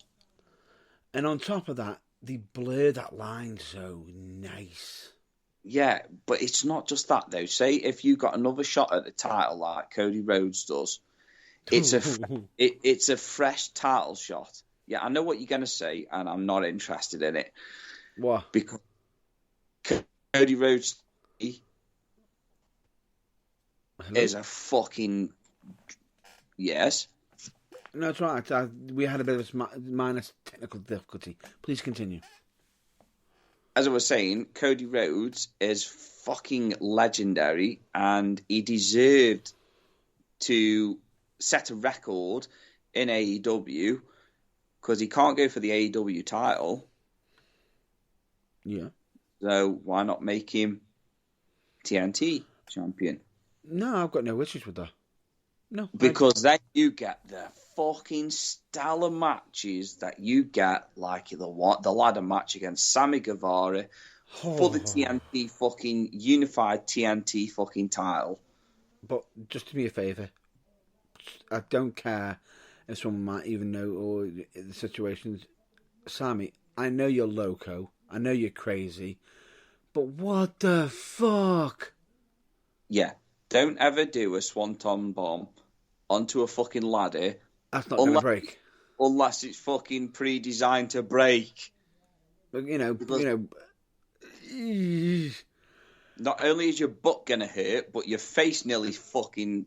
You nearly got a mouthful of mat. And you're... Wow. I really just said that, didn't I?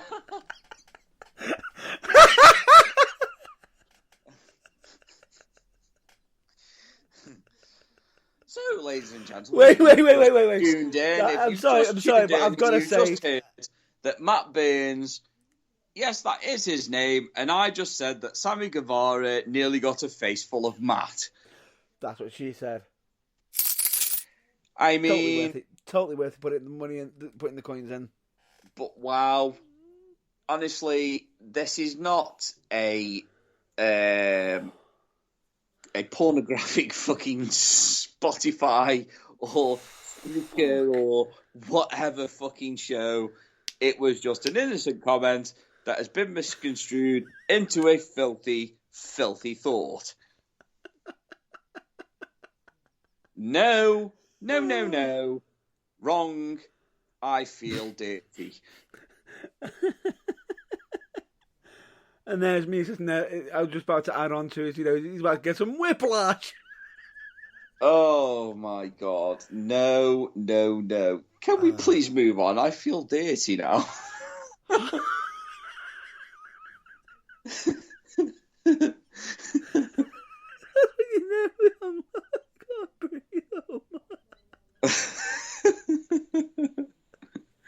Please continue as I can't even breathe.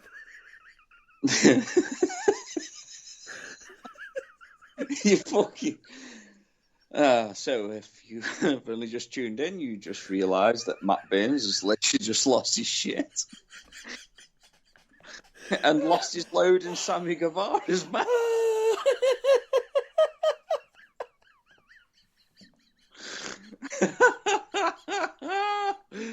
Oh, fuck.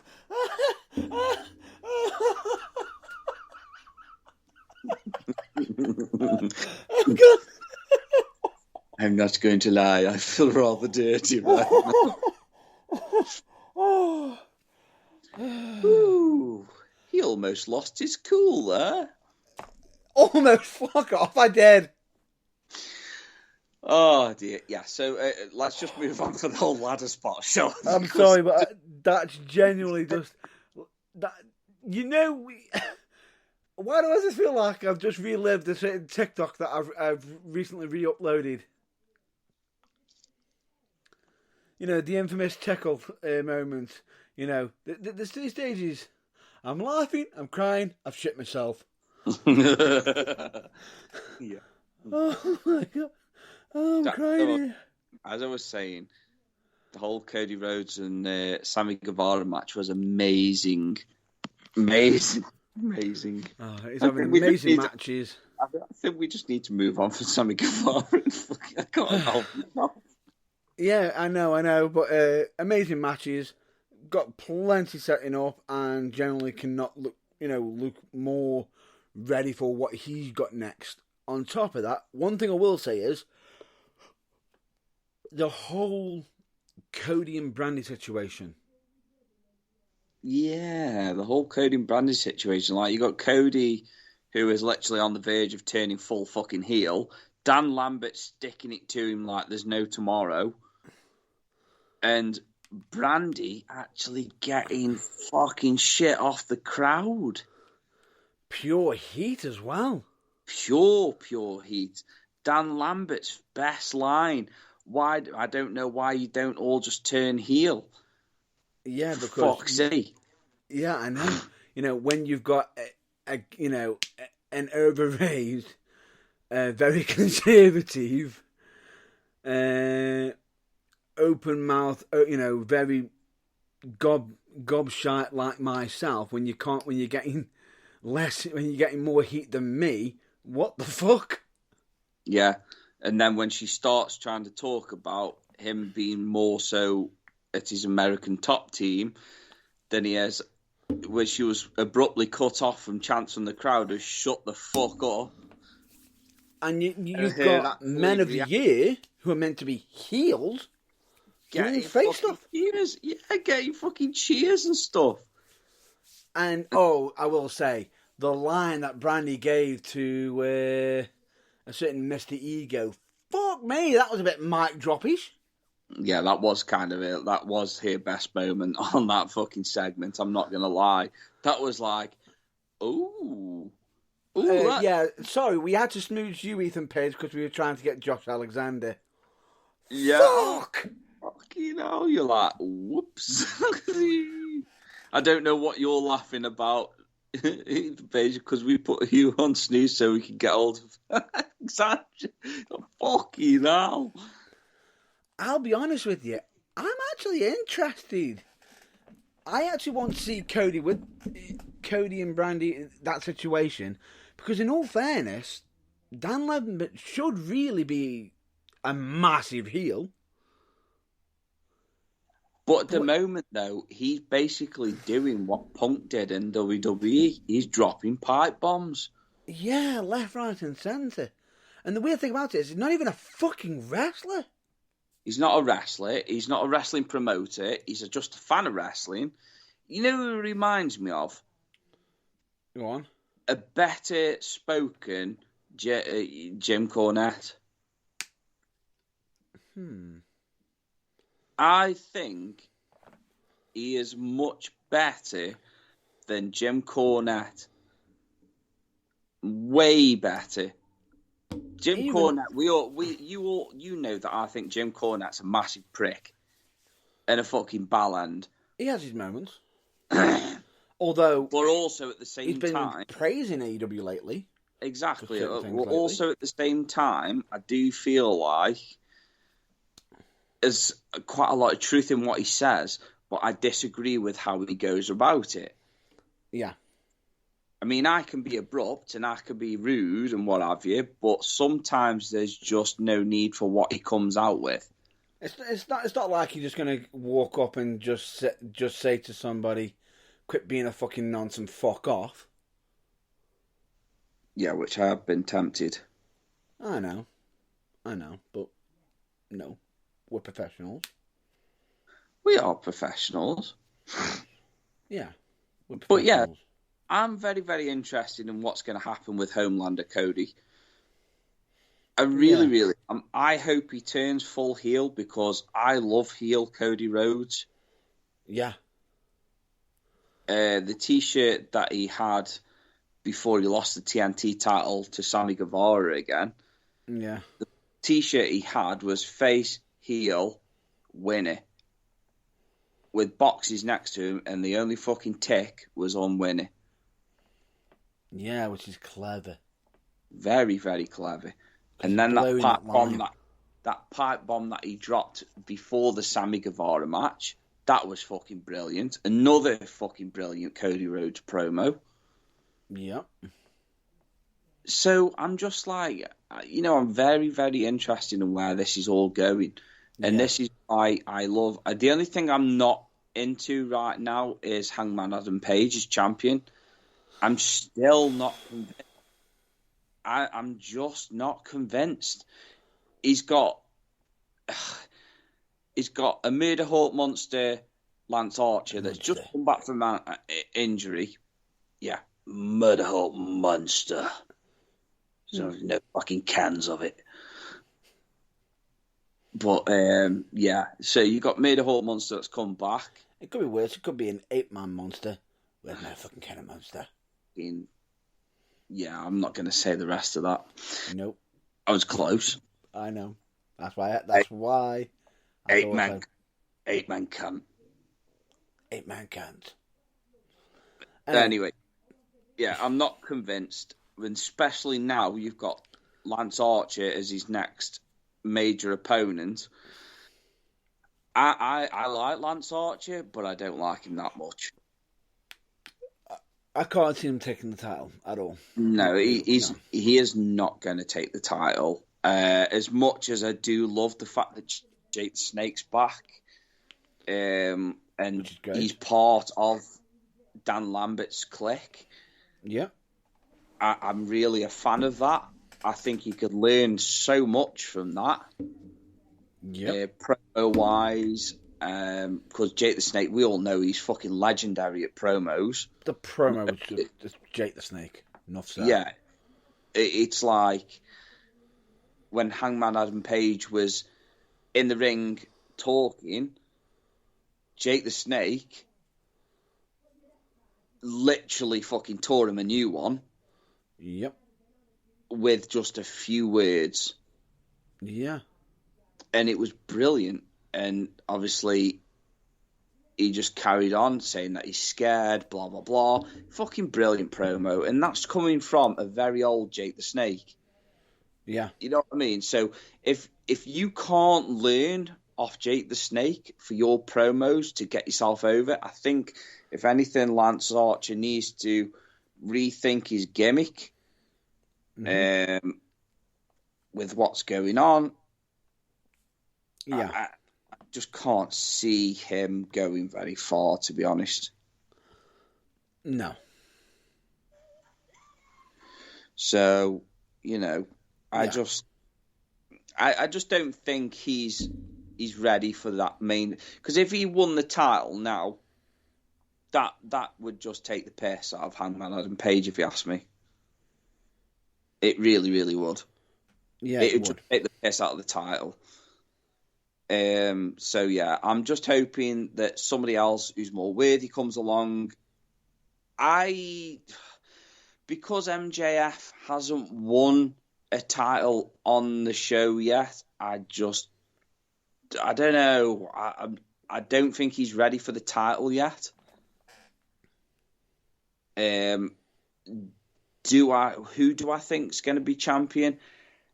Eventually, I think it's going to be Adam Cole. Yeah. I really, really do think it's going to be Adam Cole because it's Adam Cole, baby, and he's fucking amazing. And have you noticed as well that people have started to body shame Adam Cole? Yeah, I did notice that. A lot of people started, and you're like, are you fucking serious?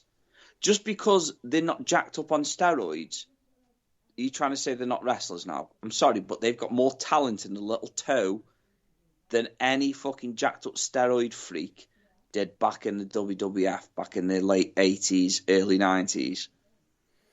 No, I 100% agree with you on that one, and it is just interesting. Which it is.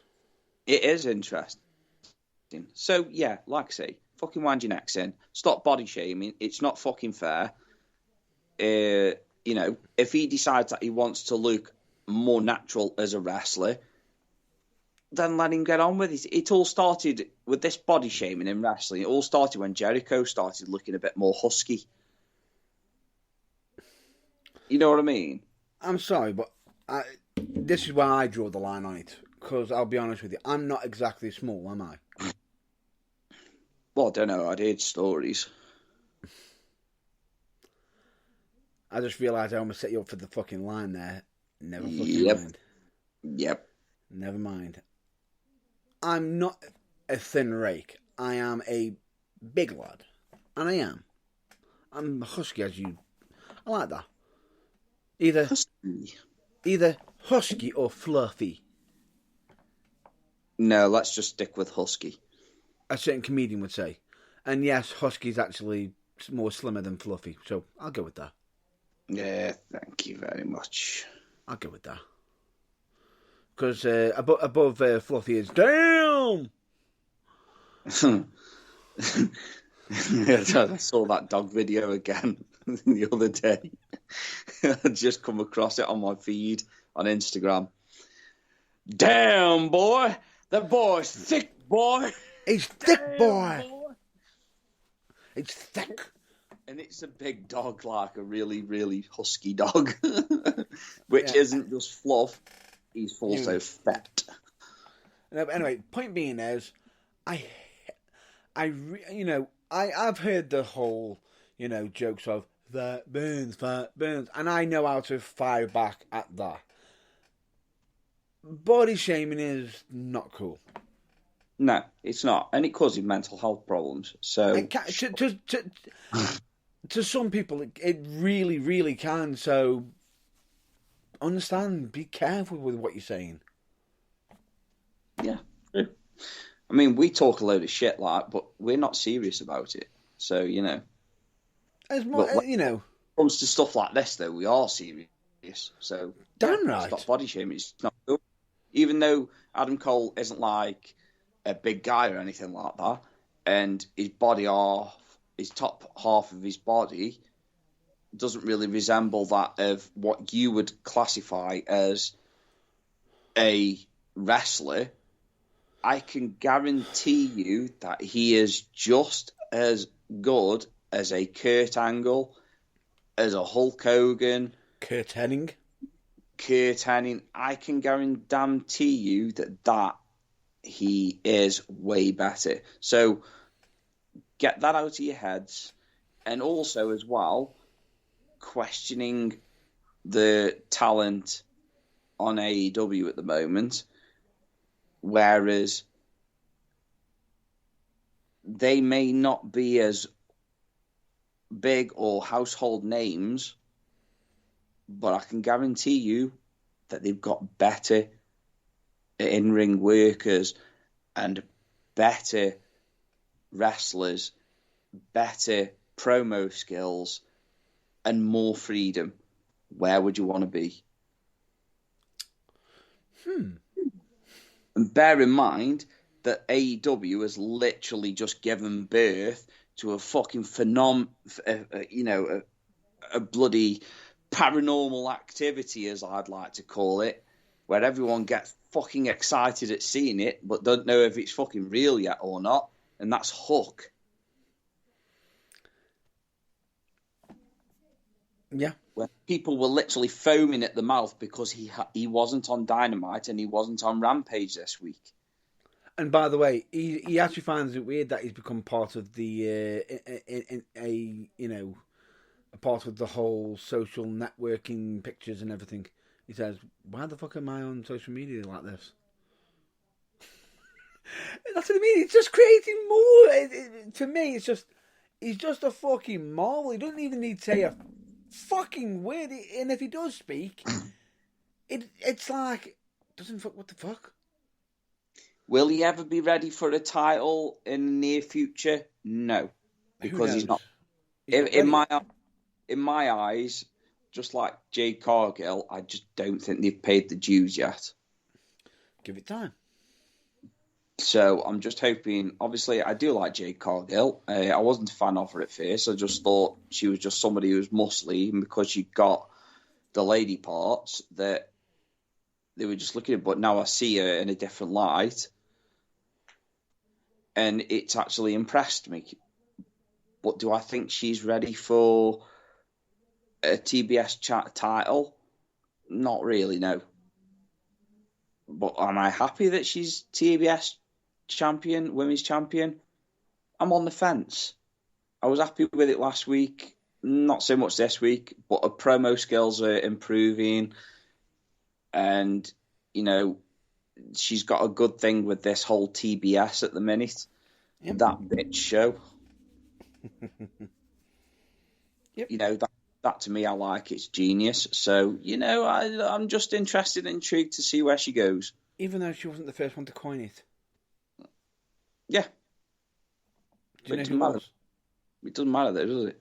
No. Do you know who actually borrowed the TBS thing? The whole TLS thing? And I know she's borrowed it from this person. The current AEW Women's Champion, Britt Baker. Yeah, but the difference is, though, I think there's more relevance to it with Jade Cargill at the moment. Oh, yeah, definitely, because with Britt, it was that Brit show, where with her, it's that bitch show, which emphasise on it. Well, the thing is, as well, is that the only thing I hope that they don't do with Jade Cargill is keep her undefeated for too long. Yeah.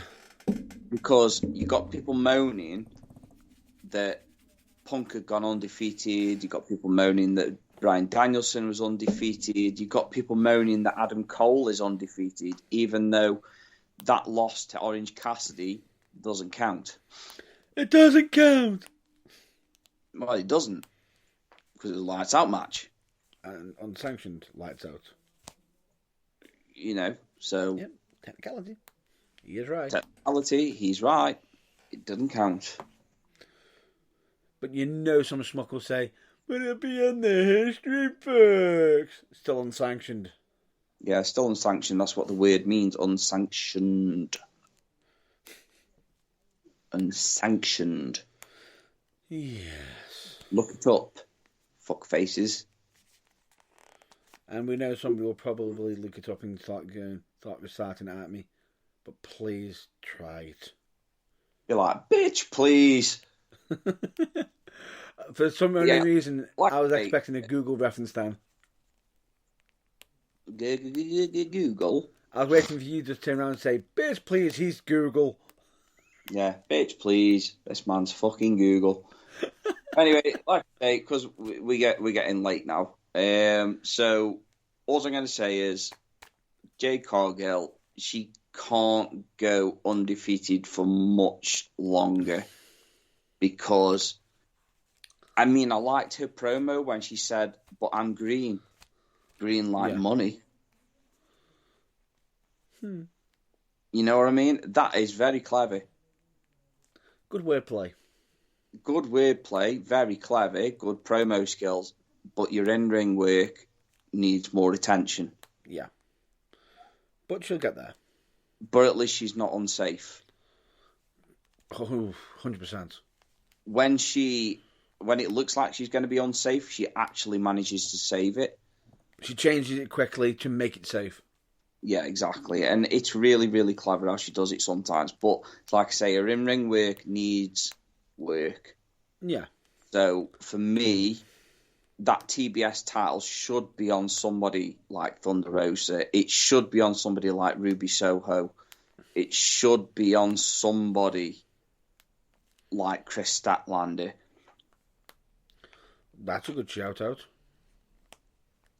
I was surprised that they didn't go down that route, but obviously they had the whole Jade Cargill with Jaden and stuff like that. So, just we'll see where it goes. See where it goes. I've got to bring up a point of AW that wasn't great. Go ahead. Which was the original scheduled match for Mox. Oh yeah. That was a bit strange. That was to me. Ooh. Very, very. Do you know what it was? Well, I know what it was. Can I remember his fucking name? No, I can't. Brian Kendrick, was it? Yeah, the Brian Kendrick. Yeah, the Brian Kendrick. He was scheduled to appear on Dynamite. Was it Dynamite? Yeah. Would you like me to just go from the beginning quickly? Yeah, just to make it quick. Cause like I say, it's going to be quick. Basically, what's happened is with why did I want to say Brian Danielson? It's not Kendrick.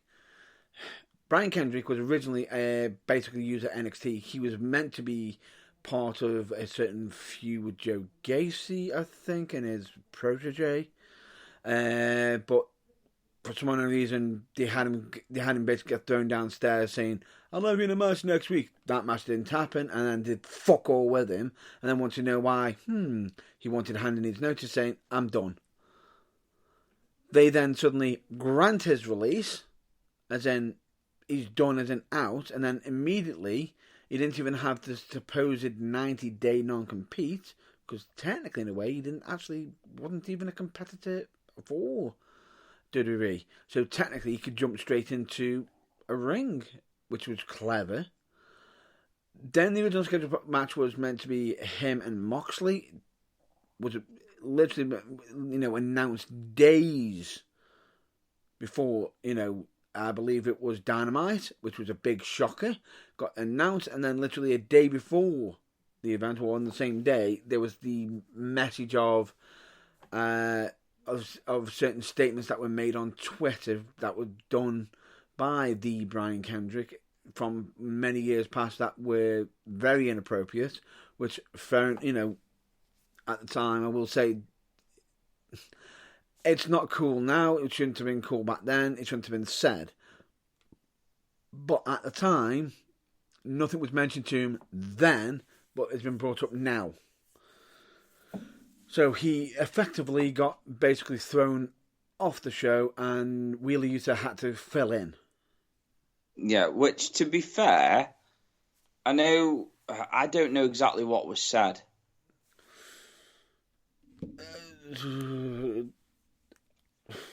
From what I've know of, not going to be mentioning on this.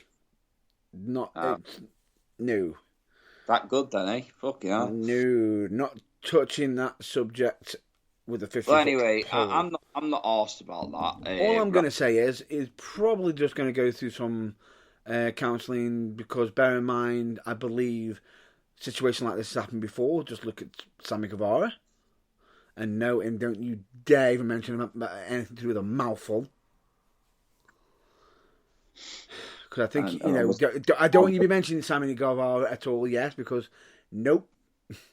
Yeah, your mind's too in the gutter. I didn't go to say a fucking word. Right, because, yes, he had a situation that involved a statement that was made in the past, and they got that sorted. I'm not saying this is the end of Kendrick's career, but at the moment it's on a hiatus for now. Yeah, so, but it's like, say, if you are willing to make comments like that in the past, then for me, you should be willing to deal with the consequences. Which he is. And also, which is confusing, is because obviously he's released a statement saying that these are not my views, nor were they ever my views, which also brings up the question, well, if they were never your views... Why was it on there? Why did you say it? Yeah. But not only did you say it once, why did you say it multiple times? Yeah, and on top of that, I think what also you got to also take into account, he might not have been in a happy place at that time either. But regardless, that's not an excuse either. But mental health, it does play a big part in these things.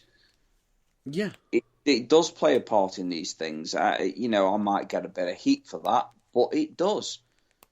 Mental health, it can play a part in how you behave and what you say. it can change situations drastically. But when you are sound of mind, you then have to deal with the consequences of what you've done.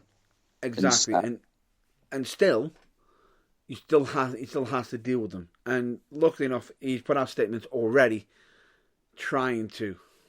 Yeah, and he has actually apologised. Which we will see where this. He's obviously got an agent that's literally guiding him through this. He's probably spoken to lawyers and stuff like that. What's going on and blah blah blah. Yep. But dude, seriously, just get your head down. More than likely, you'll end up on the indie scene for a bit. Build yourself back up, build your confidence back up, do your counselling, come back stronger, and then tell us how you are and how you feel. And maybe, just maybe, you may get that spot with Mox.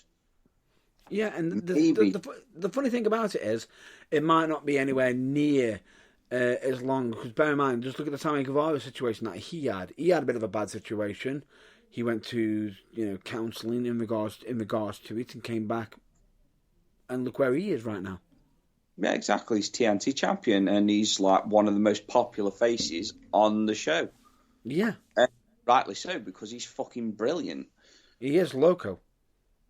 He's fucking crazy, man. He's crazy. But, like I say, I also, judging from personal experience as well, is that people who are keyboard warriors and keep putting out stupid tweets about certain things and individuals, things that they know nothing about or very little about, or can be very hypocritical, or very, very hypocritical, which a couple we've seen very lately, or recently, should I say? Yeah. You will be held accountable for the things that you say, and it doesn't matter if you delete these tweets or Facebook posts or Instagram posts. You will be held accountable because people are watching. You will be held accountable because people are watching and they pay attention. No matter how much you feel like some people are small pond life, mm-hmm. They still come with a bit of clout. Yep. So, yeah, wind your necks in and watch what you're doing. I'll probably be held accountable for all the shit I come out with on this fucking podcast, but it is what it is. I will be literally be willing and be prepared to deal with the consequences. Why? That's right. Because it's the right thing to do. Yeah. It's the right thing to do. Be held accountable for things that you say and what you do, irrespective of your mental health. Yeah. But nobody's saying that they don't sympathise with your mental health. We're just saying it is what it is. Deal with it. Which does seem like that's happening. Yeah, which can also lead us into the segue now of our final message before we leave. Now, normally we do the whole spiel and everything, quick format. All I'm just going to just state is we have a website. Check it out. You know what's on there. We've of course got a merch section which you can check out our merch. Buy my merch. Been a while. He said. What was that? That's what she said. You putting money in, are you? Oh, yeah. Straight in the nick. Thank you. I even heard the coins then. Anyway, point being is this. Is if you do want to support us, check out our merch, our merch. And yes, all the any merch that is bought solely for the Burning Truth, not for our own personal gain. Ka-ching ka-chong. And it is. Ka-ching ka-chang. And genuinely, I believe we've even got some. The last batch that went up there was some new snazzy t-shirts for yourself and me. Yay! So please check it out. Who knows? We could all just have some 4x8 pop up on some merch table in the future. Oh wait, no, we'll save that for another time. What? What? You're not allowed to sell merch. We can. You haven't done 50 matches, but neither have they. Got to do 50 matches. 50. Sorry, I had to. But them two over there can only do 2 matches, and they are fucking legends. Their fucking merch is going out like candy because I'm probably paying for it and reaping all the benefits, and probably got them signing a contract saying I own all the fucking rights. Yeah, so buy my merch. Buy my merch. I want PW DVDs.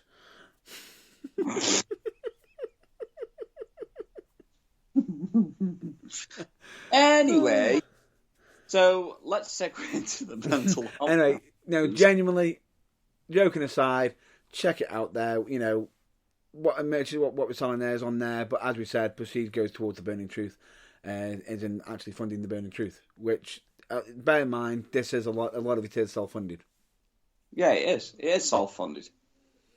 It is, but a lot of people are saying, "But isn't it? It should be. Are you getting paid to do this?" No, we're not getting paid to do this.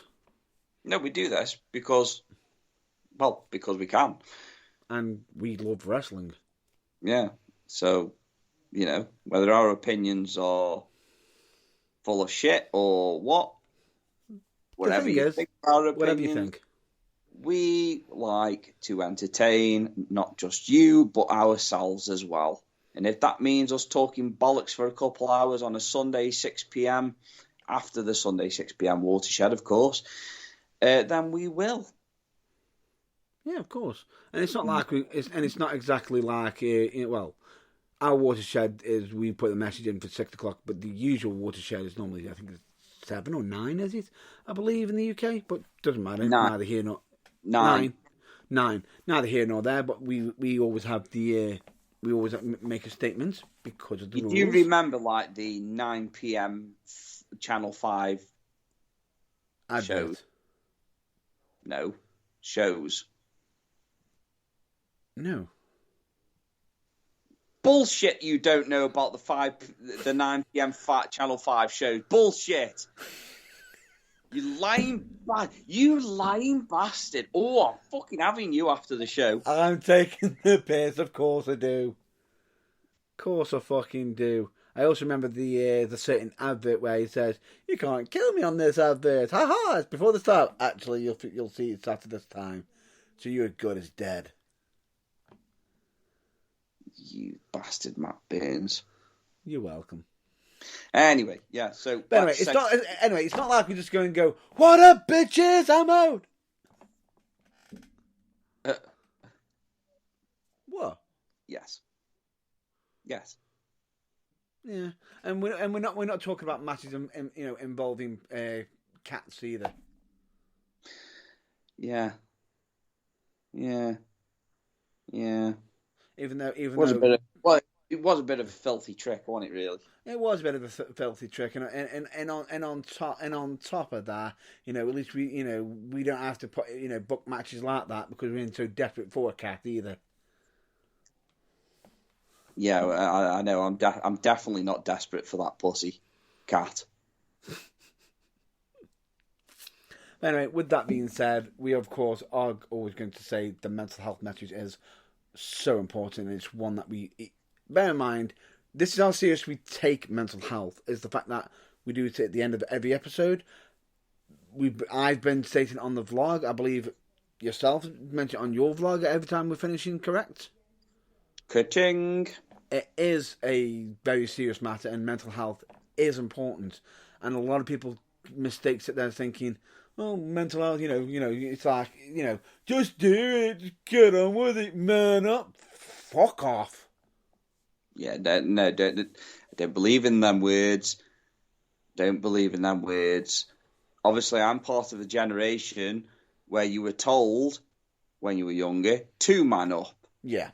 I'm also part of a generation that was demasculated by certain individuals, and it's not nice. It affects your mental health. So yes, we do take it very seriously. Yeah. Manning up is a load of bullshit. It is just a fucking another way for a stupid jumped up arsehole to mask his own pain and to bully you.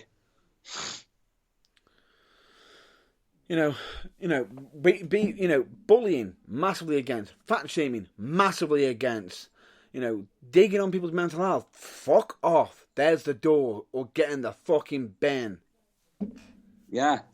Bullying. Yeah, bullying. By a certain fucking bearded piss-faced pirate. Or anything. Bullying is massively wrong. Be it either directly or even indirectly. Slagging someone off is fucking still a form of fucking bullying. If you're gonna make a statement, say it to their face. Yeah, and stop. Or do we have to just spell it out directly? Got something to say it to their fucking face. Yes. Not behind the back and then proclaim it's a fucking joke. Stop. Let me just point this out and just say. Oh yeah, definitely. And on top of that, the fact that you're saying it behind their back and not saying it to their face, and other people are hearing this, makes you sit there and think, what the fuck are they thinking then? Because you're putting that thought into their head.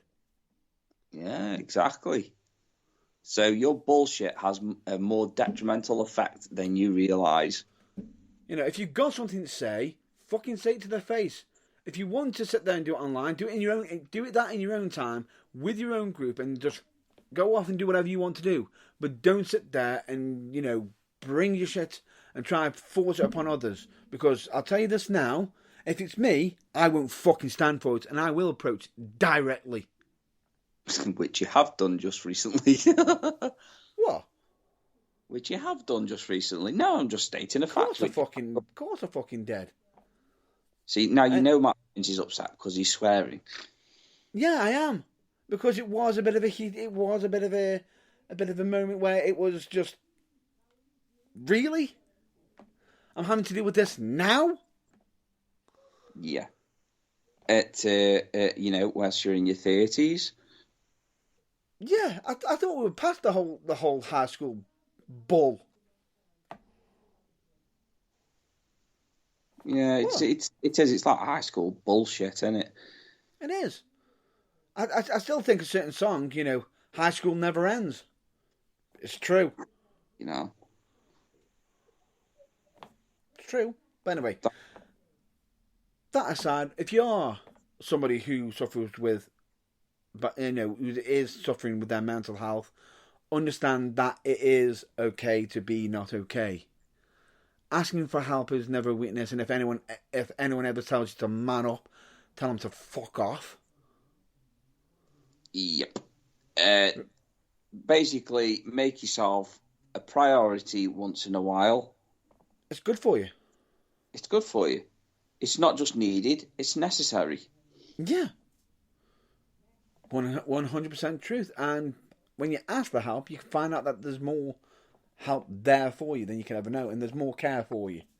Yeah, and you'll find out that more people care for you than you'll ever know. Or realize. Yeah. Genuinely. So, genuinely. Even if it's just a quick little message where you're feeling low, if you feel like people are sick and tired of talking to you about it, then you, my friends, are being misled, because they do. They do. And if you are one of them people that does get fed up from people messaging you because they feel a bit low, shame on you. Yeah. Shame on you for not helping. Shame on you for not reacting. But genuinely, if you feel that you can't talk to your friends or family, even a stranger could even help out. You know, it's one of the reasons why we've always got our message boxes available on our pages as such. So if anybody does want to message and just, you know, might be having a bit of a rough day or anything like that, just message. Yeah, exactly. Sometimes just getting, you know, just by saying what's bothering you can lead to helping. I'm not saying it's the cure, but it can put you on the right direction potentially. Oh, yeah, definitely. So, with that being said, we have come to the end of our regular scheduled broadcasting. Even though we are way over the regular scheduled programming timing.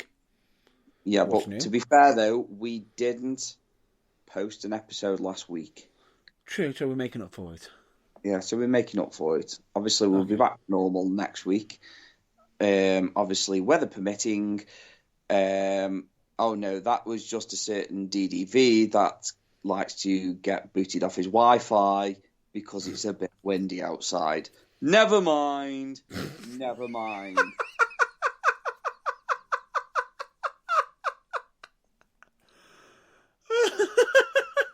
We were at a most important part of the game and you disappeared like a fart in the wind. How dare you? This has got to be an episode where I've laughed so much. Yeah, I'm not surprised. Oh, you gotta love it. The internet's down. Why? Because someone... No, I'm not finishing that line. Not finishing that line. Don't. So, yes. Because of a gust of wind. There you go. Anyway, without further ado, we are bringing to you the end of our regular scheduled broadcast. That we are. I have been James Irvine. I've been Matt Burns. I've not been listening to most of this episode. And we have been the dynamic duo at The Burning Truth. That we have. So with that being said, it has been emotional. Until next time, stay well, stay safe, and check out your local wrestling. Catch you later. Thank you for listening.